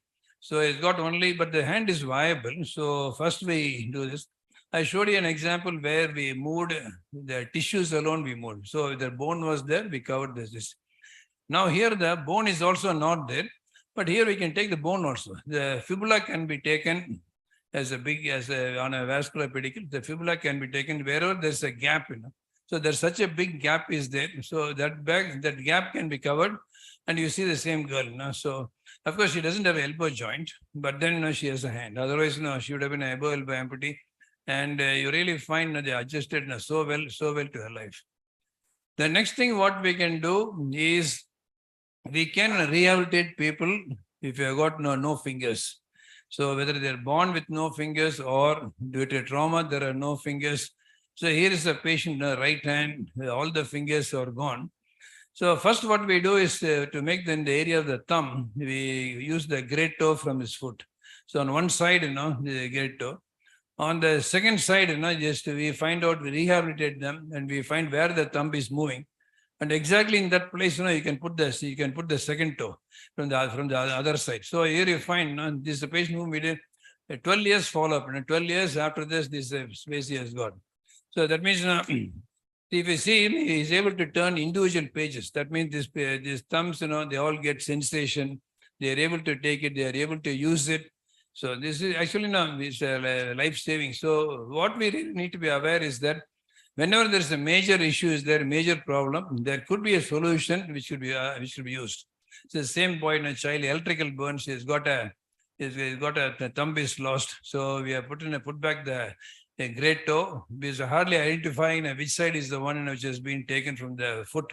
And 11 years later, this is on the left side is what he did, and the other side, and I find 11 years later how he is doing.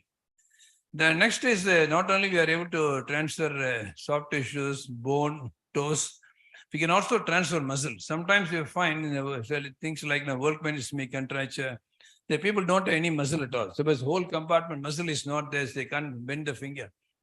So what we now do, we take the gracilis from the thigh. You can take it from the muscle, you can take the blood vessels and the nerve. And you take it to the nerve of the muscle gracilis and you just join it to the nerve in the hand. So here you find now, so that means initially he is not able to bend the fingers at all. So now we are taking the gracilis muscle, which is operator nerve, attach it here and attach it to a twig in the median nerve. It takes about 5 to 6 hours to do, but then it regenerates. And then you find the same boy, See, now he is able to bend his fingers. The gracilis works in the hand. So this again is possible. So that means not only works, they have a good power to hold. I think this again is very possible. I think it's one of the great things what Kaushik, I should thank Kaushik and Samitra for doing this, because we're able to tell as to what is possible. I think that is the most important thing that we get. So plastic surgeons basically, directly people don't come for plastic surgeon. I think that's, I don't think anywhere patients will come for a plastic surgeon, because they'll either, if it's a trauma, they'll go to orthopedics. But what we call ourselves is that we are surgeons. So we will improve the outcome of every specialty with whom we collaborate. I think we are all a team which really collaborates. So now we can do it in craniofacial also. We do it, suppose when the child is born, all the bones of the skull are all separate. And they all just unify a little later. Suppose the premature fusion of the bones are there, then what happens is the skull shape gets altered. So when left longer, there's the big deformity happens in the face. But this again can be done. So what we do is along with the neurosurgeons, we open up this whole, so that the scar must not come on the face. We start from here and totally deglove it to almost to the eyes. Then we do the osteotomy. We remove the bone from so that the brain alone is open. We take the bone and then shape the bone, cut the bone and then place it back and then again drape it back. So the same child, where one side of the face was going, so you see the other side. Now the child's face almost taken back. So this type of so this is one when we collaborate with the neurosurgeons, we are able to do this. Next, we collaborate with the oncosurgeons. So one of the things what a plastic surgeon does. So whenever an oncosurgeon does one of if surgery is an option, the results are optimized if the resection is complete. When the resection is complete, what really happens is that the defect becomes very high. Suppose if the oral cancers, the mandible is lost. So when you find this is the area which has been lost. I think the left side or off of the jaw. So what we can do is that take the fibula bone, we osteotomize and make it like a tar. So that now you you see the fibula is broken for contouring, and that's the blood vessel, and you attach it to the facial vessels, and then you will find the same sort of this thing is got. The mandible is got. Otherwise, they get a very, very bad deformity. Now over the mandible, nowadays we put teeth. I think nowadays we can put a teeth over the vapor. See, we collaborate with the breast surgeons. I think after the breast is removed, I don't think we need to women need to be worried about. And we did a study about what do the Indian women feel. We sent a question of 1,299 Indian women. They found 77% of the women said they prefer breast reconstruction, but not even 7% get reconstruction. I think that's the point, because it's not really widely popularized. And what we do is that, suppose if we have to get a breast reconstructed, we take the area, what we have taken, the tissues that will be taken off in abdominoplasty. So the lower part of the abdomen is taken off in abdominoplasty. So it has got a blood vessel, the deep infraepigastric artery, that's called DF. So the artery is taken, suppose both the breasts have to be reconstructed. So the lower part of the abdomen is taken, each half of it is taken for one breast. So there's the breast that has been removed and the breast that is been being reconstructed. And then it is placed there with the blood vessel and it is anastomosed to the internal mammary artery. We make a small opening in the ribs and anastomose artery to the internal mammary artery. So not necessarily they have to be without breast. So this is the same picture. A lady who had bilateral mastectomy. So after both the mastectomies, I think what we have done is we take the abdomen. So in the whole process, the lady also gets abdominoplasty in the bargain. So not only they get the breast, they also get the abdominoplasty in the bargain.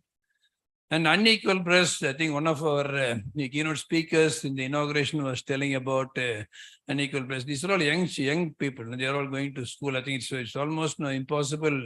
They're going to college.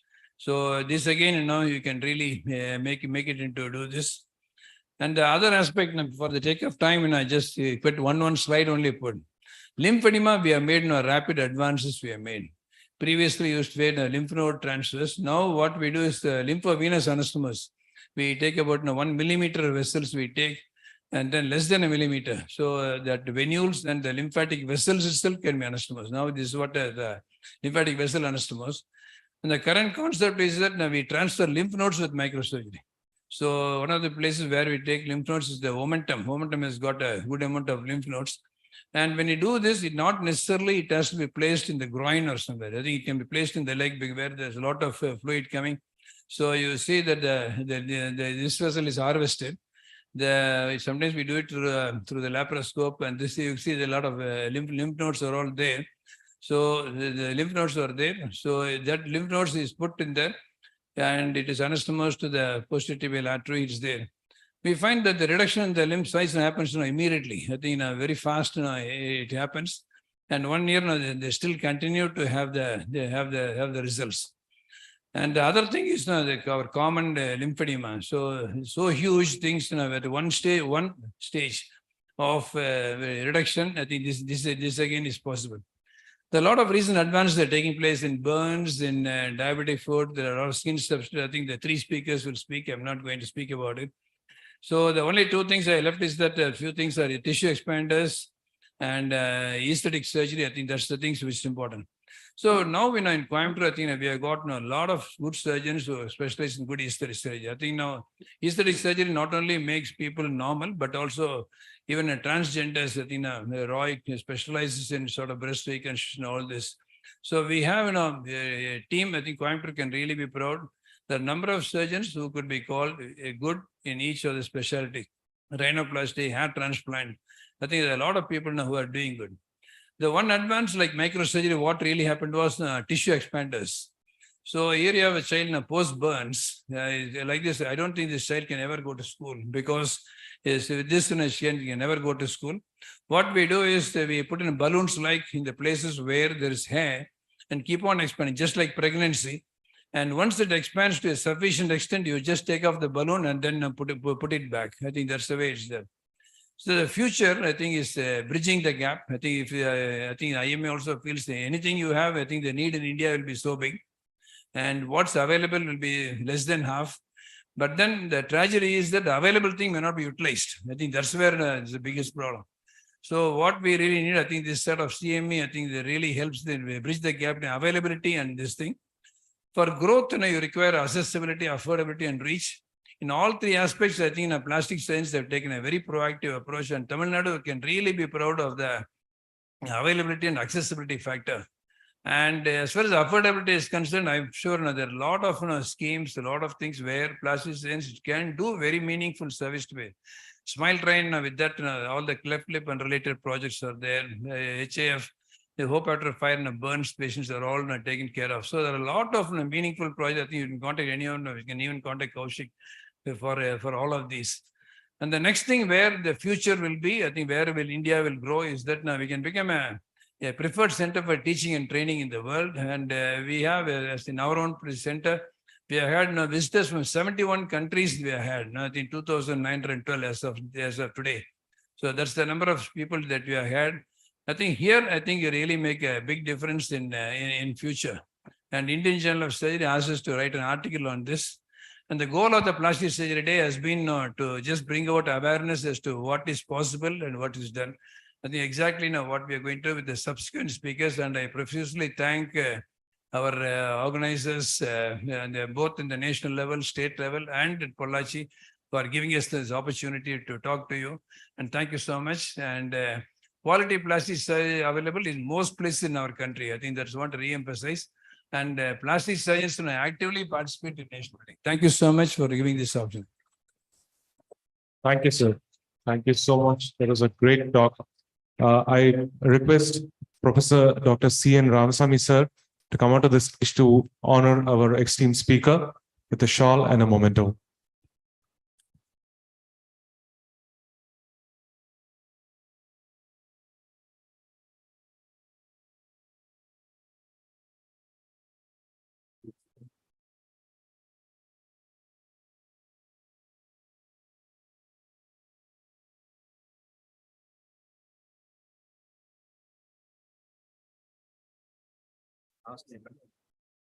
The next speaker is none other than son of Dr. Rajasabha sir, Dr. Rajesh Shanmuga Krishnan.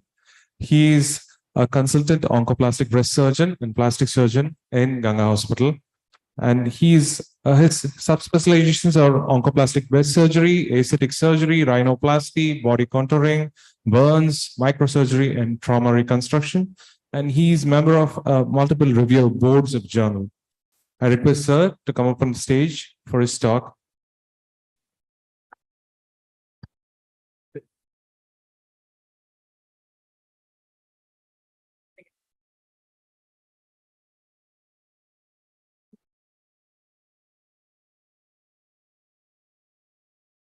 Good evening, everyone.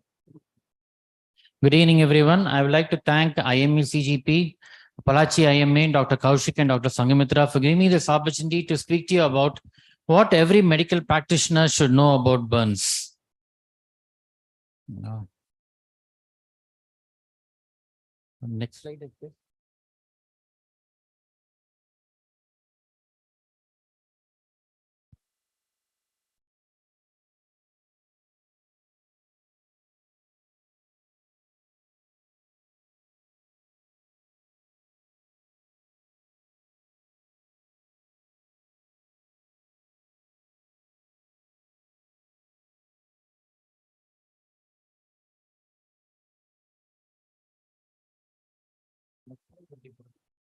Next slide.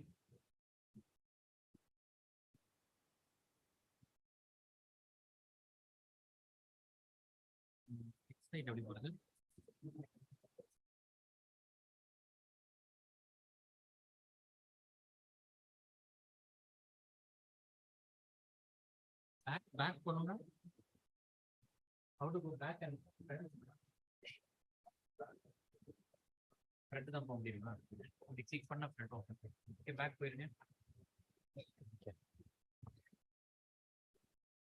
Good evening, everyone.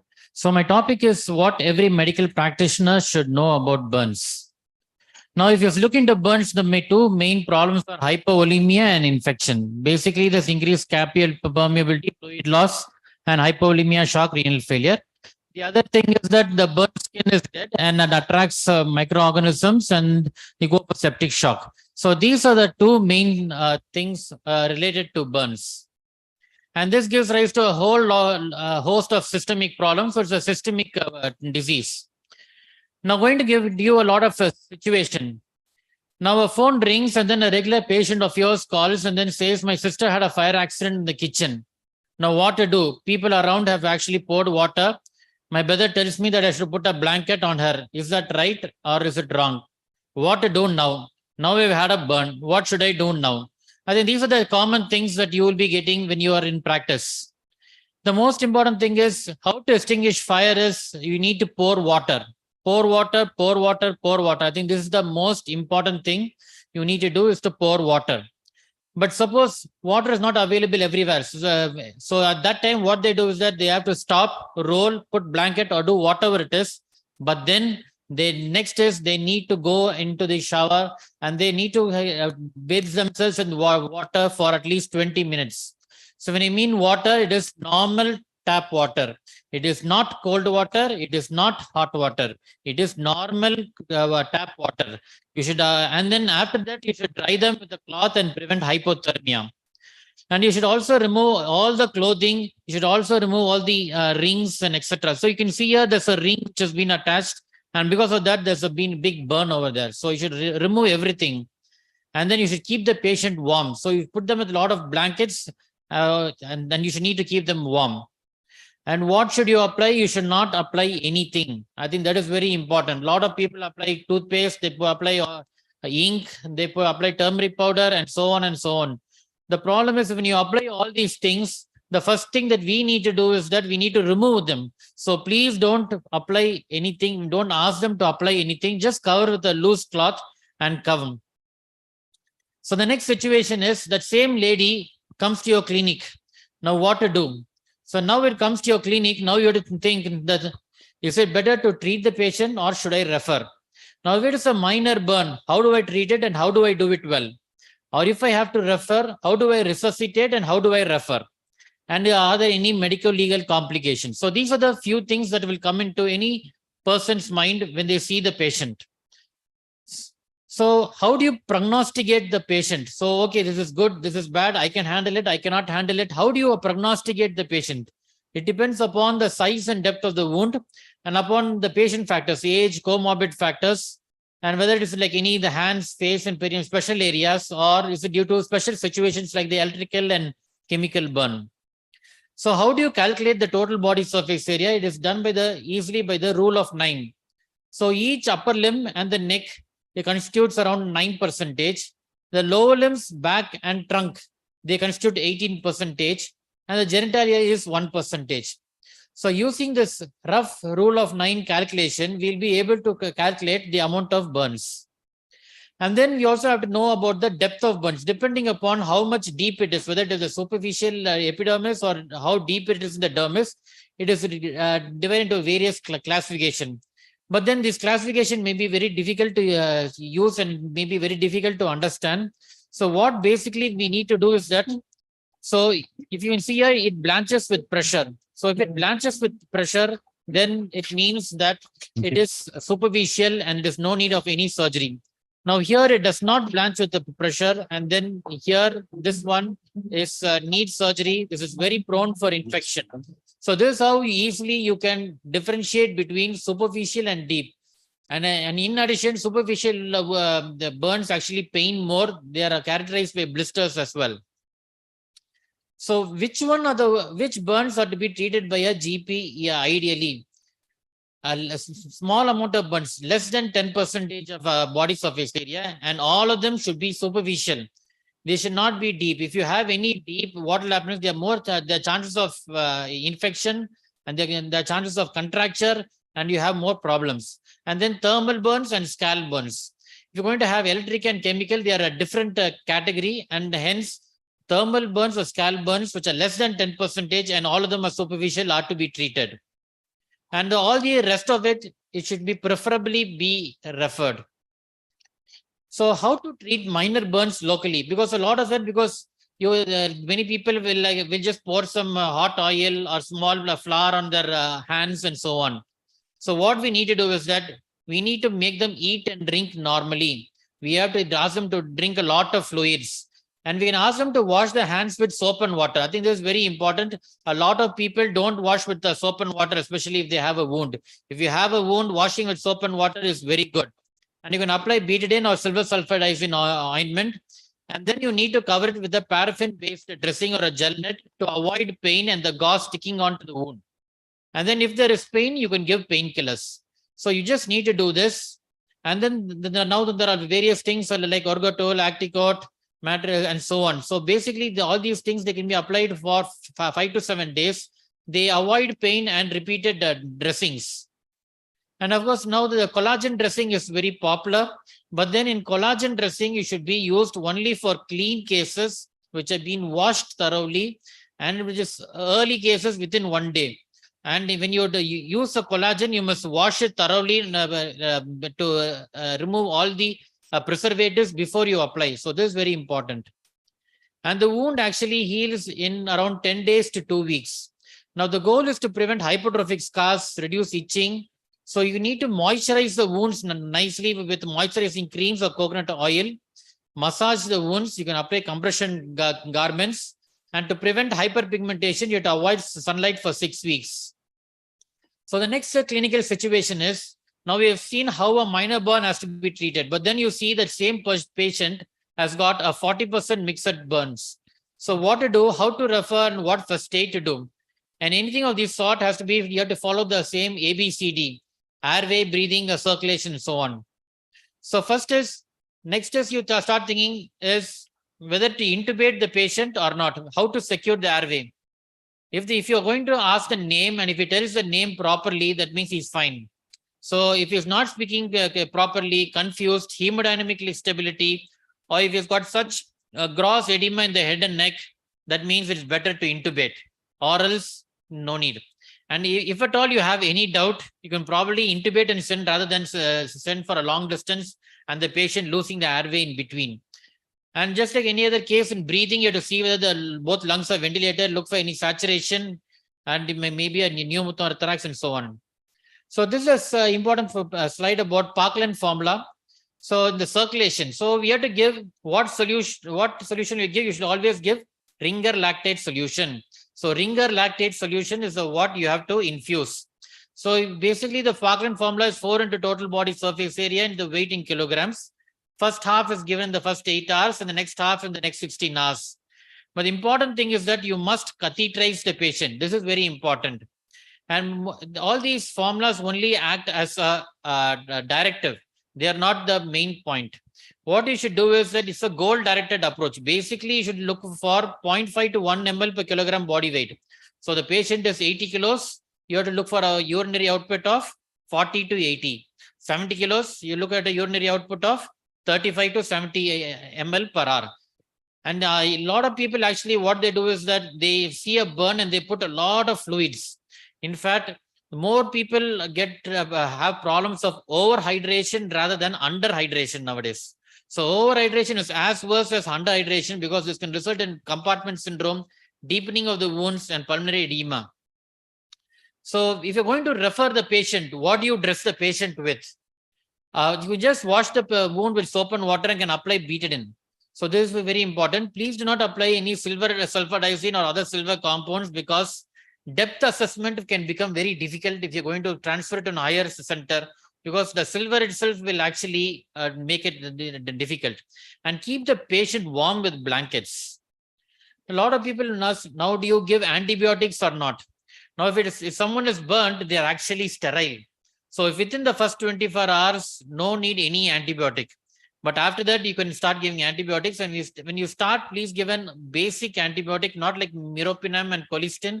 Many times we get those kind of antibiotics as well, because we need this higher antibiotics later on. And then the referral should contain a good documentation of the history, the saturation, if oxygen was given or not, how much of fluids was given or not, because we also don't want to overhydrate the patient after we come to the hospital, what painkillers was given, what antibiotics was given, and with what material was the patient dressed. I think this history is actually very important. So this is how we need to refer. Now, if we are talking about superficial burns, now we're talking about full thickness burns and deep burns. They need excision and grafting as early as possible, because full thickness burns will give rise to more contractures, most likely to infection, and they take it to a longer time to heal. So you can see a deep wound over the entire upper limb. We have taken such a long, nice graft. And just in the post-operative day 7, it has actually stuck very well and has got a good result. Now, even if there's a small area of deep burn, it actually heals better with surgery. So if you can see over here, I've just circled it over here, you can see that there's a deep burn over here. The rest of areas are actually superficial. For the rest of the areas, you treated it conservatively. For the deep burn alone, we have actually excised and we have grafted. Now, major burns actually need surgery as early as possible. You can see here a 40% burn, and you can see the 40% burn has got burns all over the body. And here we have done an emergency sclerotomy on the day number 1 to just do an sclerotomy. And the next day itself, we have actually excised the entire burn and we have autografted it over the upper limb. and also over the anterior trunk. But then we were short of grafts over for the back, and hence we used skin from the skin bank, which I'll be talking to you shortly. And because of this, you can see her, and then we have started mobilizing her in the post-operative day 2 itself. And then they all need actually good physiotherapy. So they need good mobilization. They need good chest physiotherapy. And then they need to be mobilized very early. And see, I'm sorry, the video is coming like this. They've been walking quite early.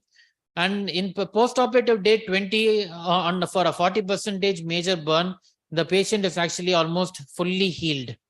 And this is the same little lady who was walking well on the 3rd week, and then she was discharged. Now, next I'm talking about skin banking. Because you're going to go for major burns, we need to know about skin banking. And this is where I would appeal to all of you to know about skin banking. In the major burns, the patient does not have enough skin to be covered. And because of this, the patient gets infected and they die. They can be circumvented by applying skin from the skin bank. So you can see that there's a small child over here, is emaciated, the deep burns, infected burns. And for this child is actually losing a lot of water. She's losing a lot of protein, nutrients, more chance of infection. And then we have applied skin from the skin bank, and then they start eating better. The anabolism starts in, and look, the same patient good, if well healed. And this is actually 2 months later. So skin banking actually saves lives. So how soon to do all? It is just like eye donation. Within 6 hours after death, you please call Ganga Hospital, and then within 6 hours after death, we will come to your house or a mortuary or whatever. So who can donate? Anyone who does not have any blood-related problems like HIV, hepatitis B, C, or those people who died from septic problems can donate. Basically, anyone who can donate eyes can donate skin. So you give eyes, you give sight, you give you donate skin, you give life. And who can receive? Anyone can receive. And blood grouping, tissue typing are no bar. And then because they are actually as temporary substitutes, because when they are temporary substitutes, we improve the nutrition of the patient, and then finally we cover the patient with their own skin. So these are all temporary stopgaps. And where can they donate? We can come to the hospital, mortuary, house, wherever they call. Where do we take it from? We take it only from the lower limbs and the back. And it is only a small amount of graft that we take. It is a small thickness of the skin that we take. And so after we take the skin, there is no big morbidity on the patient. And once we put a lot of bandages, people won't know that something has happened. We process it in the skin bank for around 6 to 8 weeks, after which we can properly use it on patients. So till now we have had 304 donations, and we have even sent the skin to 22 hospitals throughout India, including AIIMS Delhi. So to note special situations on special areas. Now this is a case of face burns. Face burns is mostly treated conservatively because the blood supply of the face is quite high. The skin is thick except the neck and the eyelids. And so over a period of time, they get good results. The most important thing is they need to keep washing their face with soap and water, and they need to avoid sunlight. Hand burns, I think, is very important because his hand is a very important place of working. And there's a huge spectrum of post-burn deformities if not treated properly at the first instance. Main problem is edema is the enemy. Because of the edema, what happens is that they go in for almost like a claw hand. And so we need to immobilize the hands the proper way. We need to keep it elevated. The wrist has to be kept slightly dorsiflexed. The MCP joints have to be kept in flexion, 70-degree flexion. The IP joints have to be kept extended. This is the proper position in which it has to be immobilized. Once you immobilize, basically like holding a cricket ball. So if you're holding a cricket ball type, you do it, then that's how you actually immobilize the hand. You should keep it elevated. And then you can do an early surgery for it. You can get very good results. Now, the scar management for burns. Now, this is where a lot of general practitioners come. You have to, for a lot of scars, you need to apply moisturizing cream or coconut oil. And then you can apply compression garments and you can silicone sheets for smaller wounds. But later on, this can happen only for the first 6 months to 1 year. But later on, what happens is that even these scars, they don't do that well. And for that, now what we do is that we do lasers. So these kind of patients, we do lasers and now they get good results. So there's one patient, and this is another patient. I'm sorry, the other from whom we are able to do it. Next, we are going to talk about electrical burns. Now, electrical burns is the first stage is you have to switch off the main, remove the person from the object by a wooden thing. A lot of them have arrhythmias, and then hence we need to take an ECG. Here, the important point is that you need to give a lot of fluids. Here also it is ringer lactate. And there it was 0.5 to 1 ml. Here it is 1 to 2 ml per kilogram per hour. You need to give more. And because you're looking for myoglobinuria and so on, you look for the color of urine. So this is very, very important. And then, of course, you need to pour water. And then you also look out for other injuries because they may fall down and then they may have so many other form of injuries. Now, what I like to tell you is that no electrical injury is small. So I think that is very, very important. No electrical injury is small. What may appear as small may actually turn out to be much worse. And these patients may go in for a lot of amputations and so on. Why is it different? Means in an electrical burn, most of the heat is produced near the bone. So when the most of the heat is produced near the bone, the most of the damage is is much deeper down. And what you see in the skin is actually much lesser. So all the tendons, nerves, and they all get damaged. And the damage is manifested later on rather than earlier. So just to give you an example, now you will see the left hand and the right hand, they actually look as a very simple injuries, but then they are actually not very simple. They are actually bad injuries. And you can see the left hand in 2 weeks time, you can see all the tendons, nerves, and blood vessels have all sloughed out. And actually the skin has also gone. So this is how it has progressed. The right hand has also progressed very badly. And then the final result, now he's doing well, and he's able to write down nicely. So the most important thing is in electrical burns, you have to refer. And these cases are major electrical burns. Major electrical burns, you can see over the abdomen, perineum, foot, upper limb, buttock. And I told you earlier that we need to look out for other injuries as well. And here you can see that the patient has an intracranial bleed. Now, these things should not be missed, especially in electrical burns. Just don't look out for what is obvious. You have to look out for other things as well. So here the patient has got an intracranial bleed, and now the patient is well healed and is now doing well. And then she's able to walk nicely, and she's able to use her limbs nicely. The next is about chemical burn. In chemical burn, it is as similar. Whenever you have a chemical burn, please go on to the tap water. Tap water, tap water, tap water. Do not use any neutralizing agents. If you have an acid, don't put an alkali. If you have an alkali, don't put acid. I think that is very important. And if there's something in the eye, please go to an ophthalmologist very, very early. I think that is very important. And similarly, these patients are also can be treated well. And for burns, what is important is that we need to separate ICU to avoid cross-contamination, because infections are very easy to get, and then we need to have a separate ICU, and we need it's a lot of teamwork between surgeon, anesthetist, nurses, paramedical staff, physiotherapist, and so on. Now, a lot of things people are very worried about the medical legal aspects. It's burns is a notifiable disease. You must have an AR copy for every burn patient. And above for 40%, 30 to 40%, you please get a death declaration from the magistrate. And then you must also speak to the attenders quite often, so that because the burns patient can suddenly become very sick. And if at all you have a problem, it is better to refer to the patient to a higher center as early as possible. So it's not only in acute burns. Now what we had also done is we also started a project called Hope After Fire for deformity due to chronic burn patients. So here it is a project done along with the Rotary Club of Coimbatore Metropolis. Here we do all burn contracture patients totally free of cost, irrespective of the severity. So here you can see a patient who's extremely severe. This is how he was initially, and this is how he is now. And then you can see his right hand as well. And then now he is now gainfully employed as a security officer in a company.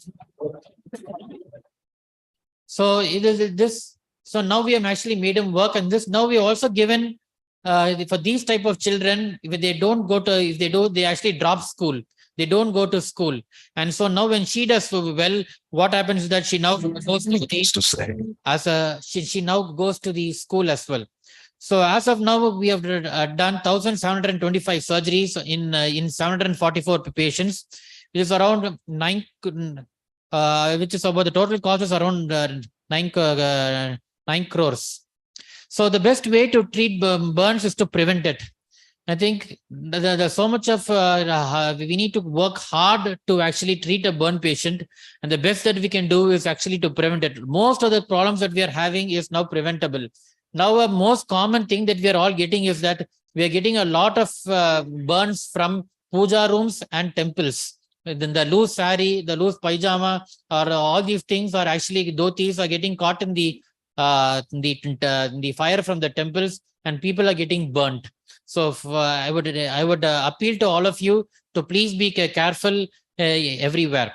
So I mean, good first aid, the outcome is way different and is good. And all of us should know the basics of burn care. Thank you very much. Thank you, sir. That was a very informative presentation. I call upon Professor Dr. Vijay Kumar, plastic surgeon, Coimbatore, to honor our speaker, presenting a memento and a shawl.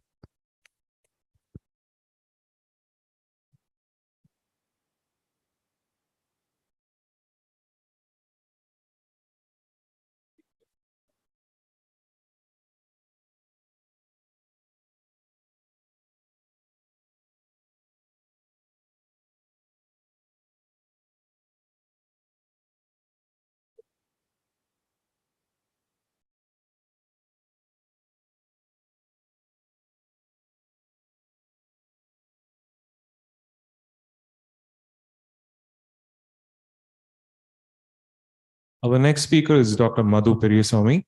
He's a consultant at the Plastic and Wound Reconstructive Surgeon Department, and he's an executive committee member in the Diabetic Foot Society of India from 2021. And he has got a special interest in reconstructive microsurgery, chronic wound and diabetic foot reconstruction, and lower limb reconstruction. And he's got multiple awards and honors and gold medals from various presentations and papers.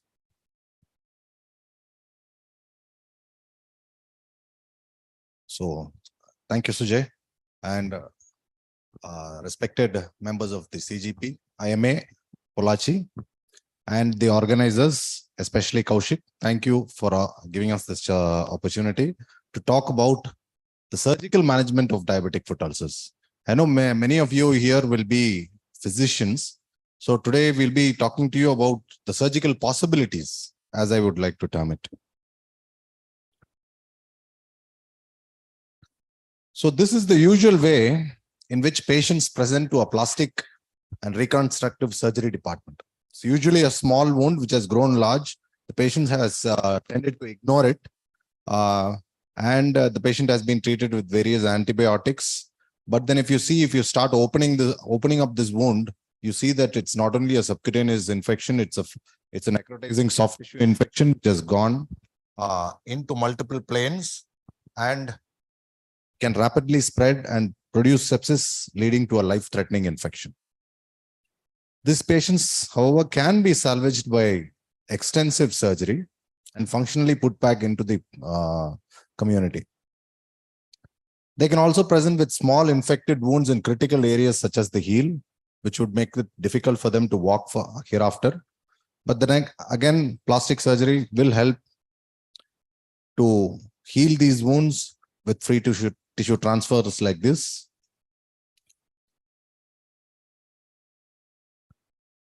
Or they can present with infected and destroyed joints, which would necessitate an amputation, but all is not lost. Some patients do present with critical ischemia, but however, all of these amputees do walk well with good prosthesis. But successful major salvages also tend to bring smaller problems. These smaller problems, like these smaller ulcers, these are what we'll be seeing in our everyday clinics. And the general treatment that goes is what ointment to apply, what type of dressing to put on. That is where we stop thinking and start listening to what the wound care companies and other sources of business entities have to tell us. So we as plastic surgeons, we automatically tend to think what flap to put on, because we've got this one more element of flap to put on. So we put on a flap instead of a dressing. Then we proudly present that we've got a very nicely healed wound. The same thing, another young boy with a 4-foot ulcer, a VY advancement flap done, a well-healed wound. But then these smaller problems in the long term have bigger issues. And the most devastating of these bigger issues is a recurrence. So if you see this, 2 years down the line, the boy will come back with this very same ulcer for which he spent about $1.5 lakh. And you have a difficulty explaining to him why he has got the ulcer back. Viewers, the slide is not moving, sir. It's okay, sir. Yeah. So then the other lady, the very same lady, has come back with a recurrence of ulcers at 2 years. So a busy unit cannot afford to have complications, because even with a large volume of patients, even a very small percentage of complications will take away a large percentage of your time. And its demoralizing impact on the surgeon and its impact on the primary treating physician and also the referring physician. Yeah.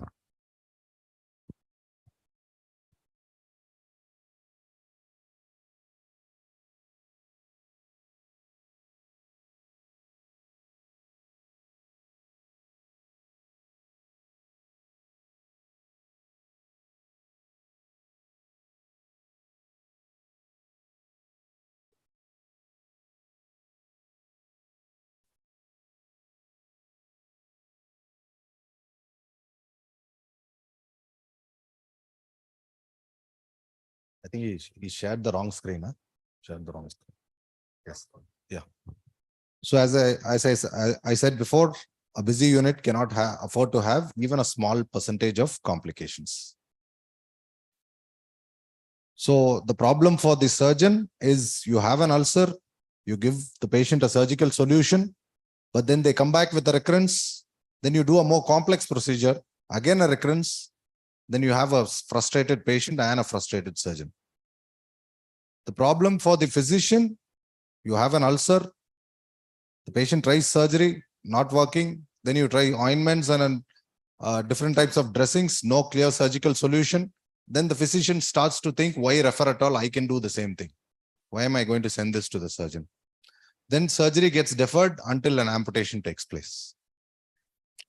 So the ideal patient care cycle is a patient with diabetes managed by the physician on this part of the circle.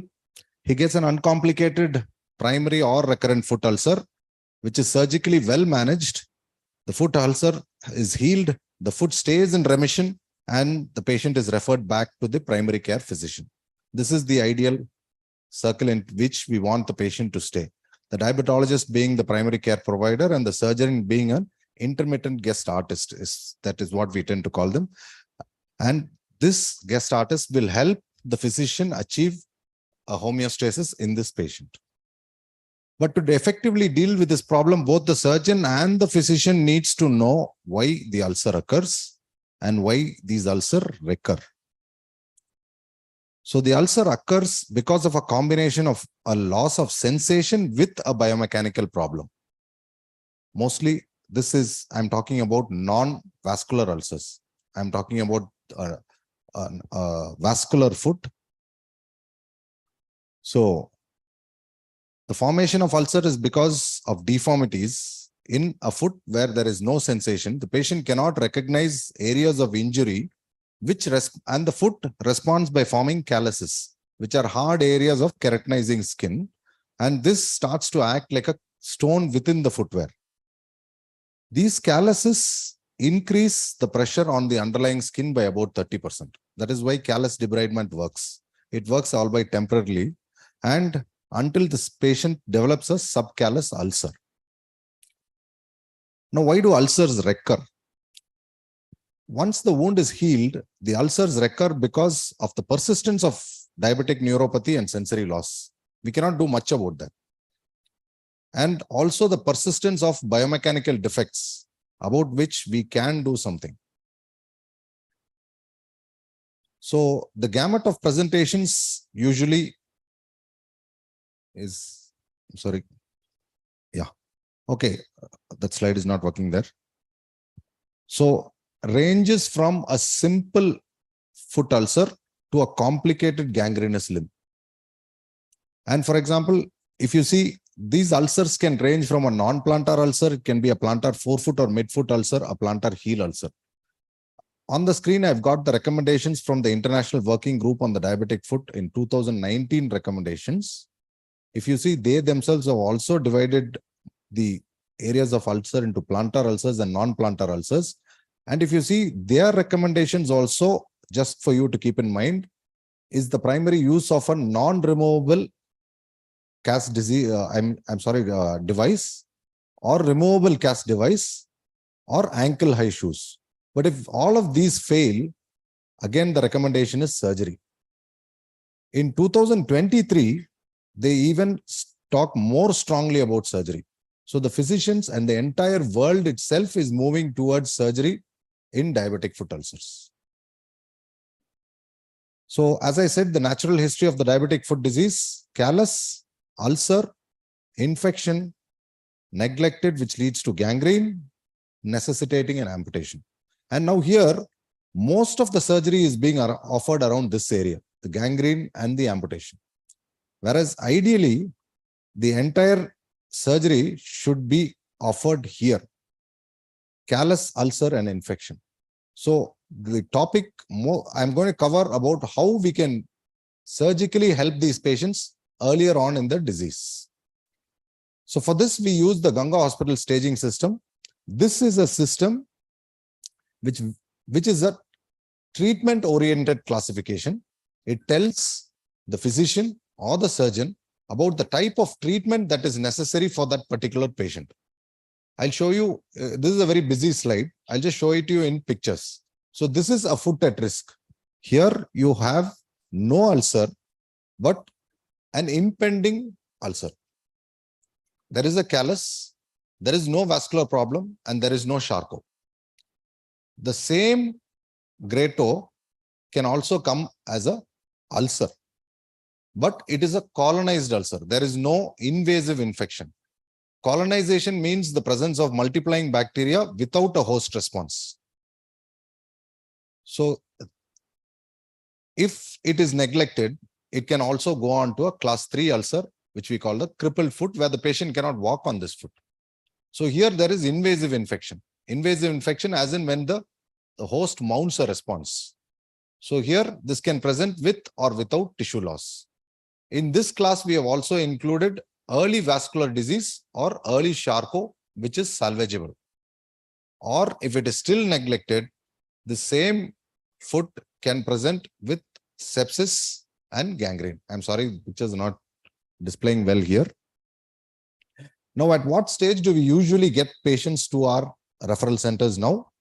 If you see the case distribution from January 2019 to December 2021, class 3 ulcers, that is the infected and cases, formed nearly 80% of our cases. And this trend did not change with time. Whereas if you see, the early cases kept going at the same level, and there was no change in the trend. This is where the primary care physicians could help out. So if you see, class 1 and 2 only formed about 20% of the cases, whereas class 3 and 4, which could have been helped earlier in the disease, formed 80% of the cases.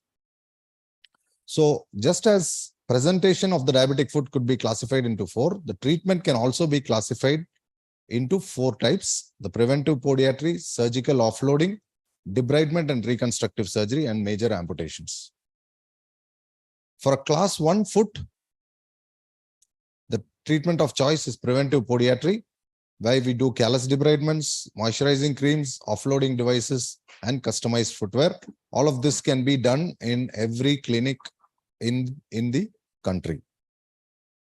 So, however, plastic surgery also has something to offer for these patients where there is a rapidly deteriorating neuropathy and where there is a neuropathy, the added component of compression neuropathy in these patients. This compression usually occurs in the tarsal tunnel or on the dorsum of the foot or on the common peroneal tunnel at the level of the fibula. So here in this patient, you see that when this was a young diabetic, he presented with an acute foot drop. If you see, when we stimulated before the common peroneal tunnel, he had no twitching at all. But when you stimulate him after the common peroneal tunnel, you can see that there is very little. There is, after the tunnel, there is good stimulation. So class 2, as I said, this is some of the most important slides that I want to again tell you. The IWGDF recommendations. The recommendation is to use a non-removable cast device. This is the first recommendation. If the patient does not want to use a knee-high device, you are advised to prescribe a ankle-high device. But then there is a very active recommendation saying, do not use or instruct the patient not to use conventional standard therapeutic footwear. That is the MCR footwear in the common terms. The recommendations now is actively not to recommend the use of footwear for active ulcers. Whereas if the patient has callus, please do advise footwear. Unless none of the above mentioned is available. And instead, we can use internal offloading, which is otherwise called surgical offloading. So for the purpose of surgical offloading, we can divide the foot into plantar and non-plantar ulcers. The plantar ulcers can also be divided into great toe, minor toes, forefoot, midfoot, and heel ulcers. So for the great toe ulcer, it can be either a IP joint ulcer at the IP joint or at the tip. The IP joint ulcer is mainly because of the tightness in the first MTP joint. It occurs because of a phenomenon called the windlass mechanism. So early cases can be treated with plantar fasciectomy under local anesthesia. It can be done in a clean environment with local anesthesia in early cases. The only problem with this is it has a high rate of recurrence. The procedure of choice for such an ulcer is a Keller gap arthroplasty, where if you see we remove the base of the PPX, that is the first phalanx of the great toe. Once you remove the base of the PPX, the toe becomes very floppy and the movement becomes better and the ulcer ends up healing. So for tip ulcers, it is usually because of a contracture of the flexor hallucis longus tendon. You do a tenotomy at this level, the ulcer ends up healing. And this is all to prevent recurrences. These ulcers usually do not recur. And we did a study recently on plantar hallux IP joint ulcers. We found that the recurrence rate was about 5% at 30 months. So minor toes, it is because of tip to floor contact. Usually the normal contact is pulp to floor. But once because of the intrinsic deformities, the toes tend to start hitting the ground at the tips. So it can be either a claw toe where the MTP joint is extended or a mallet toe. So the procedure of choice earlier was tendon transfers, intrinsic reconstruction, but this is very complex. Very simple procedure that we use nowadays is a flexor tenotomy. All you have to do is have a good 16-inch or 16 gauge or 18 gauge needle with a good sharp bevel, and you nicely clean the foot, wash the foot, and with the bevel of the needle, we can just tense the tendon and cut the tendon off. So once we cut the tendon, this ulcer will heal predictably. So now coming to forefoot ulcers, all of the forefoot ulcers are mainly because of an equinus contracture and associated with the difference in the plantar flexion of the rays. So this equinus contracture causes a high stress on the forefoot. This can be released either by doing a gastrocsoleus recession here or a tendo-Achilles lengthening. So once we reduce the tendo-Achilles strength, the load shifts to the heel. So here you can see a patient with contracture of the Achilles tendon. Most of the load is in the forefoot. Once we do a lengthening, the load shifts to the hind foot. And this is in numerical. From, if you see preoperatively, the ratio was 2.7, postoperatively has become 1.3. So load is taken away from the forefoot and shifted to the hind foot. This can be done together with a metatarsal, distal metatarsal osteotomy. This will again lead to a good healing of the ulcers. This is usually used when there is a prominent metatarsal. But the first metatarsal is a very important metatarsal. We usually do not prefer to do an osteotomy here. Instead, we prefer to do a claw correction procedure, such as this tendon transfer, which is called a Jones transfer. So now midfoot ulcer. So now we finished the toe ulcer. We went to the forefoot ulcer. Now we come to the midfoot ulcer. The most common reason is a fracture, a Charcot's collapse of the midfoot. So this Charcot collapse can be diagnosed by a standard foot view. Standard foot view means if any diabetic foot patient walks into your clinic, please take weight-bearing AP lateral X-rays of both feet. So once on the weight-bearing lateral X-ray, you will see that there is a change in the midfoot orientation, which is called a midfoot collapse. And this will lead to a prominent midfoot area.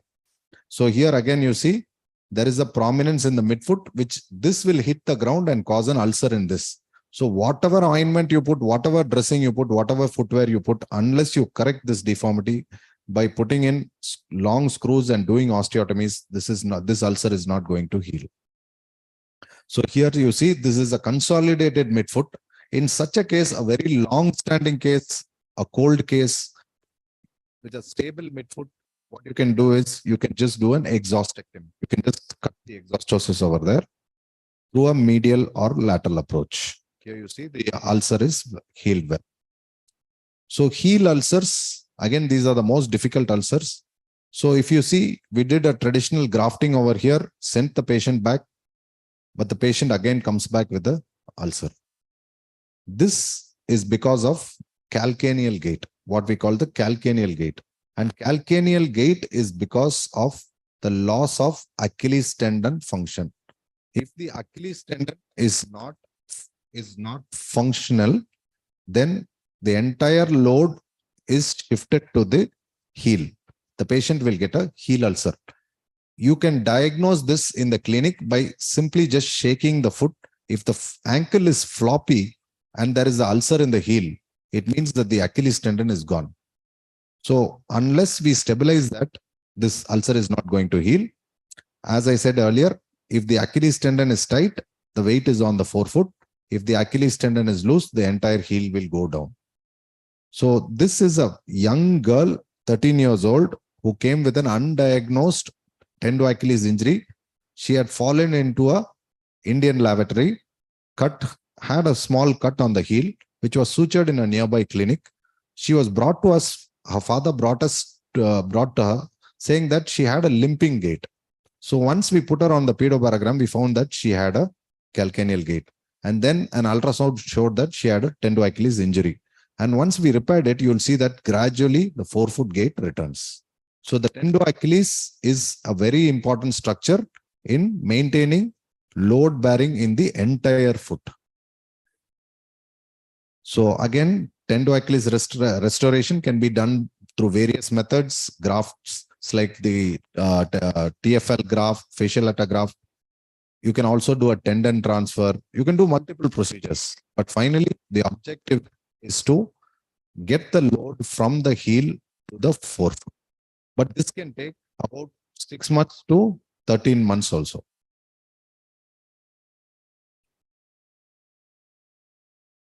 So next, coming to class 3, which I said was a foot with invasive infection. The most important procedure in such a foot is a very radical debridement. Once you do a very radical debridement, you can do traditional plastic surgery, you can do skin grafting, local flaps, you can do free flaps. Problem with the mic. Yeah. So, and anything that will heal the ulcer. Yeah. Now coming to ischemic ulcers, suprapopliteal disease, segment disease is usually angioplasty or stenting. You can also do infrapopliteal diffuse disease with good runoff. You can bypasses. A class 4 foot. Now coming to the last top part, there is a class.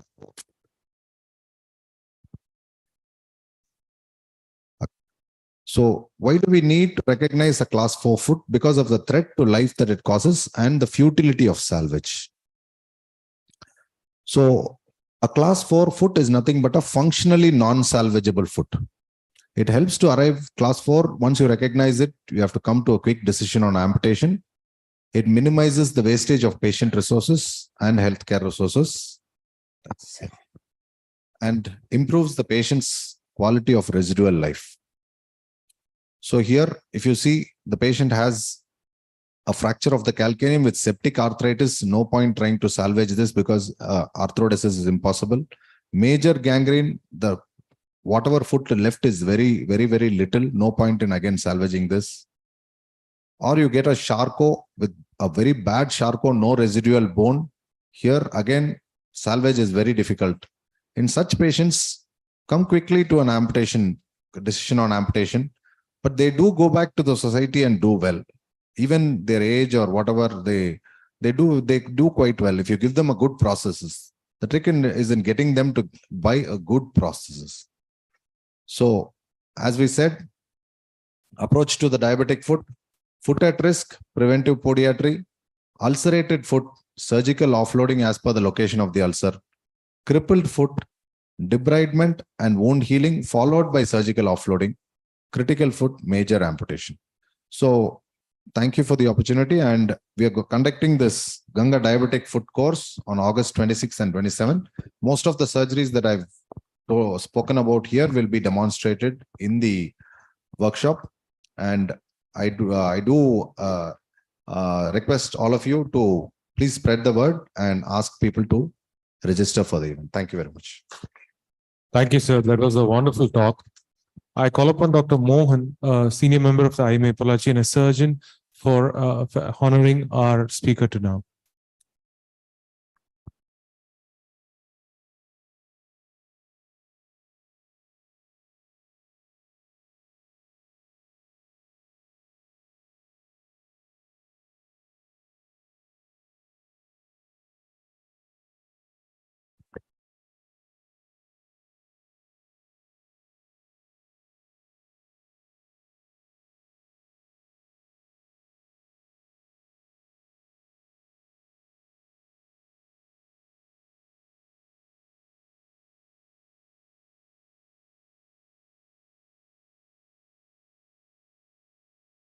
Our next speaker for the day is Dr. Kannan Prema.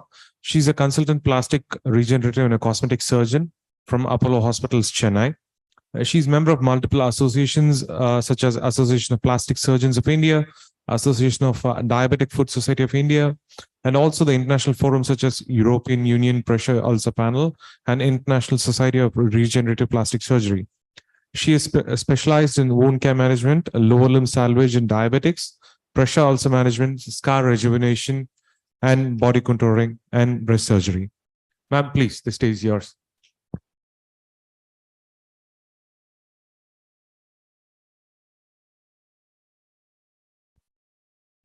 Thank you, dear IMA Pollachi, for giving me this opportunity. And let me go to the presentation right away. I'm going to talk about regenerative dermal matrix. I'll come to the slide later. Before that, I would like, when I was invited to Pollachi, I wanted to know what is Pollachi. This is my first visit here. And Pollachi is full of green and beautiful. It's more like Swiss. I really loved the place when I saw in the photographs.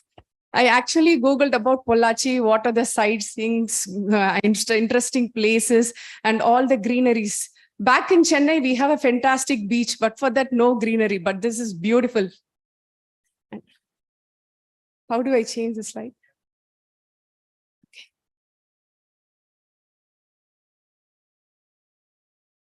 Yeah. So I'm happy to be here to share my experience on this regenerative dermal matrix. And most of my slides will be colorful. Of course, Raja Sabhabadi sir, Raja Shanmugam, and Madhu gave extensive knowledge on proper plastic surgery. So my job here is to give some entertainment for you along with little plastic surgery. And I read in Google that Pollachi is called Polil Vaichi, if I'm right in pronunciation. Is it so? Yeah. And it means gifted with beauty. Yes. There are best plastic surgeons in Coimbatore, Pollachi district to actually make the people's life beautiful and also lively. So this name definitely suits you. Coimbatore and Pollachi. Of course, I have to go through other regions also.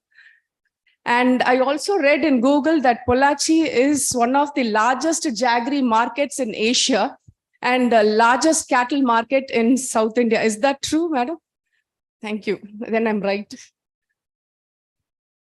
So coming to the subject, before going into what is regenerative dermal matrix, let me tell what are the types of skin cover. Autograft is from the same person. Allograft is from another person. Xenograft is from an animal. And what we are going to talk about is decellularized skin substitutes. So this is a component of regenerative dermal matrix. And the cases, what I'm going to show you and the presentation is going to be quite simple for you. So you physicians and surgeons, you will be able to use this regenerative matrix in your clinical practice as an office procedure also in certain patients. So before that, I just want to put a small note on what is dermis. Skin has two layers, epidermis and dermis. In dermis, there are two layers, that is papillary dermis and reticular dermis. Overall, the function of dermis is to give strength to the skin. It is the thickest layer of the skin. It has fibroblasts, macrophages, and extracellular matrix components. This extracellular matrix components actually keep all the cells together and vital functions of the dermis together. So this is more like a gel inside the dermis. And as I said before, the function of dermis is to support the skin, thermoregulation, and regeneration of the injured skin. How regeneration? See, is simple skin grafts. When we take skin, we are going to take part of dermis. The remaining dermis is going to be there. But ultimately, it's going to regenerate. So this dermis, when we leave little also, it will regenerate. So that is the power of this dermis. And what is regenerative dermal matrix? It is an acellular dermis. This acellular dermis, it has templates, the scaffolds which carries this extracellular matrix, and this has the regeneration capacity.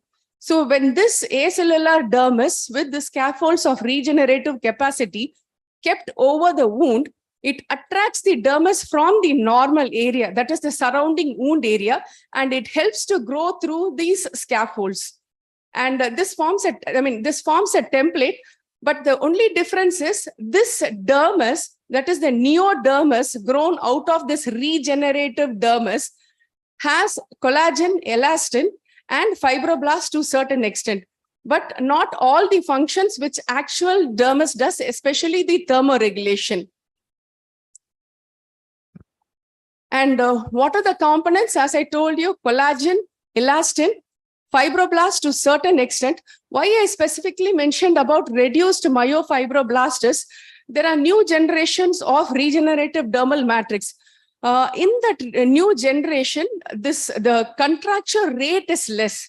Whereas in the other dermal matrices, when you put it on the wound, ultimately what happens is without a dermal matrix, if the contraction is 100%, with those matrices, it's going to be about 80%. But with this new generation, what happens is the contracture rate reduces. It is only about 10 to 20%.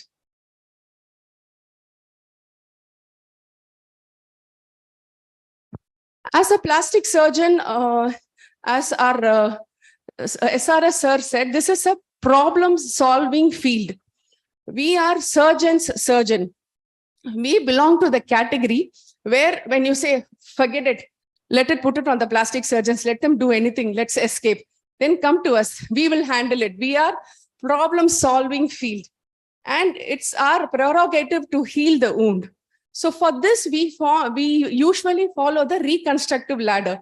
But now this ladder has become hybrid, where the regenerative matrix and other components are also part of the ladder. So we will tailor the treatment according to the wound, the patient themselves, and the comorbids. So all these come into the play. And the most important thing is reducing the downtime and making the cost affordable for the patient. If not affordable, at least workable. Indications for regenerative dermal matrix: major skin loss. Why major skin loss? There is, of course, SRS sir has a skin bank. He can do a fantastic job. But still, I'm coming to a different topic with the regenerative matrix, where we belong to the hybrid category. So this regenerative matrix, when the skin is not available in the area to cover, so those areas we use this for regeneration of the dermis. And chronic non-healing wounds, in these wounds, we debride the wounds and then we make the wounds fresh, and also we check for the vascularity around, and we put the regenerative matrix. Of course, it will heal the wound very well. Small wounds up to 5 centimeters, it will heal primarily without any skin graft. And autoimmune disease like pyoderma gangrenosum and vasculitis, where when we put the knife, we are gone. When you put the knife, it will increase. The more you debride, the double the size it will become. So when the case of autoimmune ulcer, it is always safe to involve the dermatologist, give the patient to them, let them work on the patient, start all the medications required, bring the disease under control. When the ulcer is stable, so that time when we apply this regenerative dermal matrix over the wound, it will heal most of the time without surgery, primarily without contraction. Then certain defects where the tendons and bones are exposed up to 5 centimeters, you can use this regenerative matrix. As plastic surgeons, we are not supposed to do this regenerative matrix over the exposed bones or tendons. In teaching, we have to put a tissue cover. But what happens is, in certain conditions, when the patient is polytrauma or sick due to some condition, who is in the ICU bedridden for a longer time, and the tendon and his bone is exposed, not able to shift the patient to theater for some reasons, we want to avoid osteomyelitis or injury to the tendon. What we do is a shortcut method. We put a dermal matrix, we allow it to heal, it will granulate. When the patient gets better, we will do a skin cover. Otherwise, we will allow it to heal completely. If the patient is alive, comes back, then we'll think about other surgeries.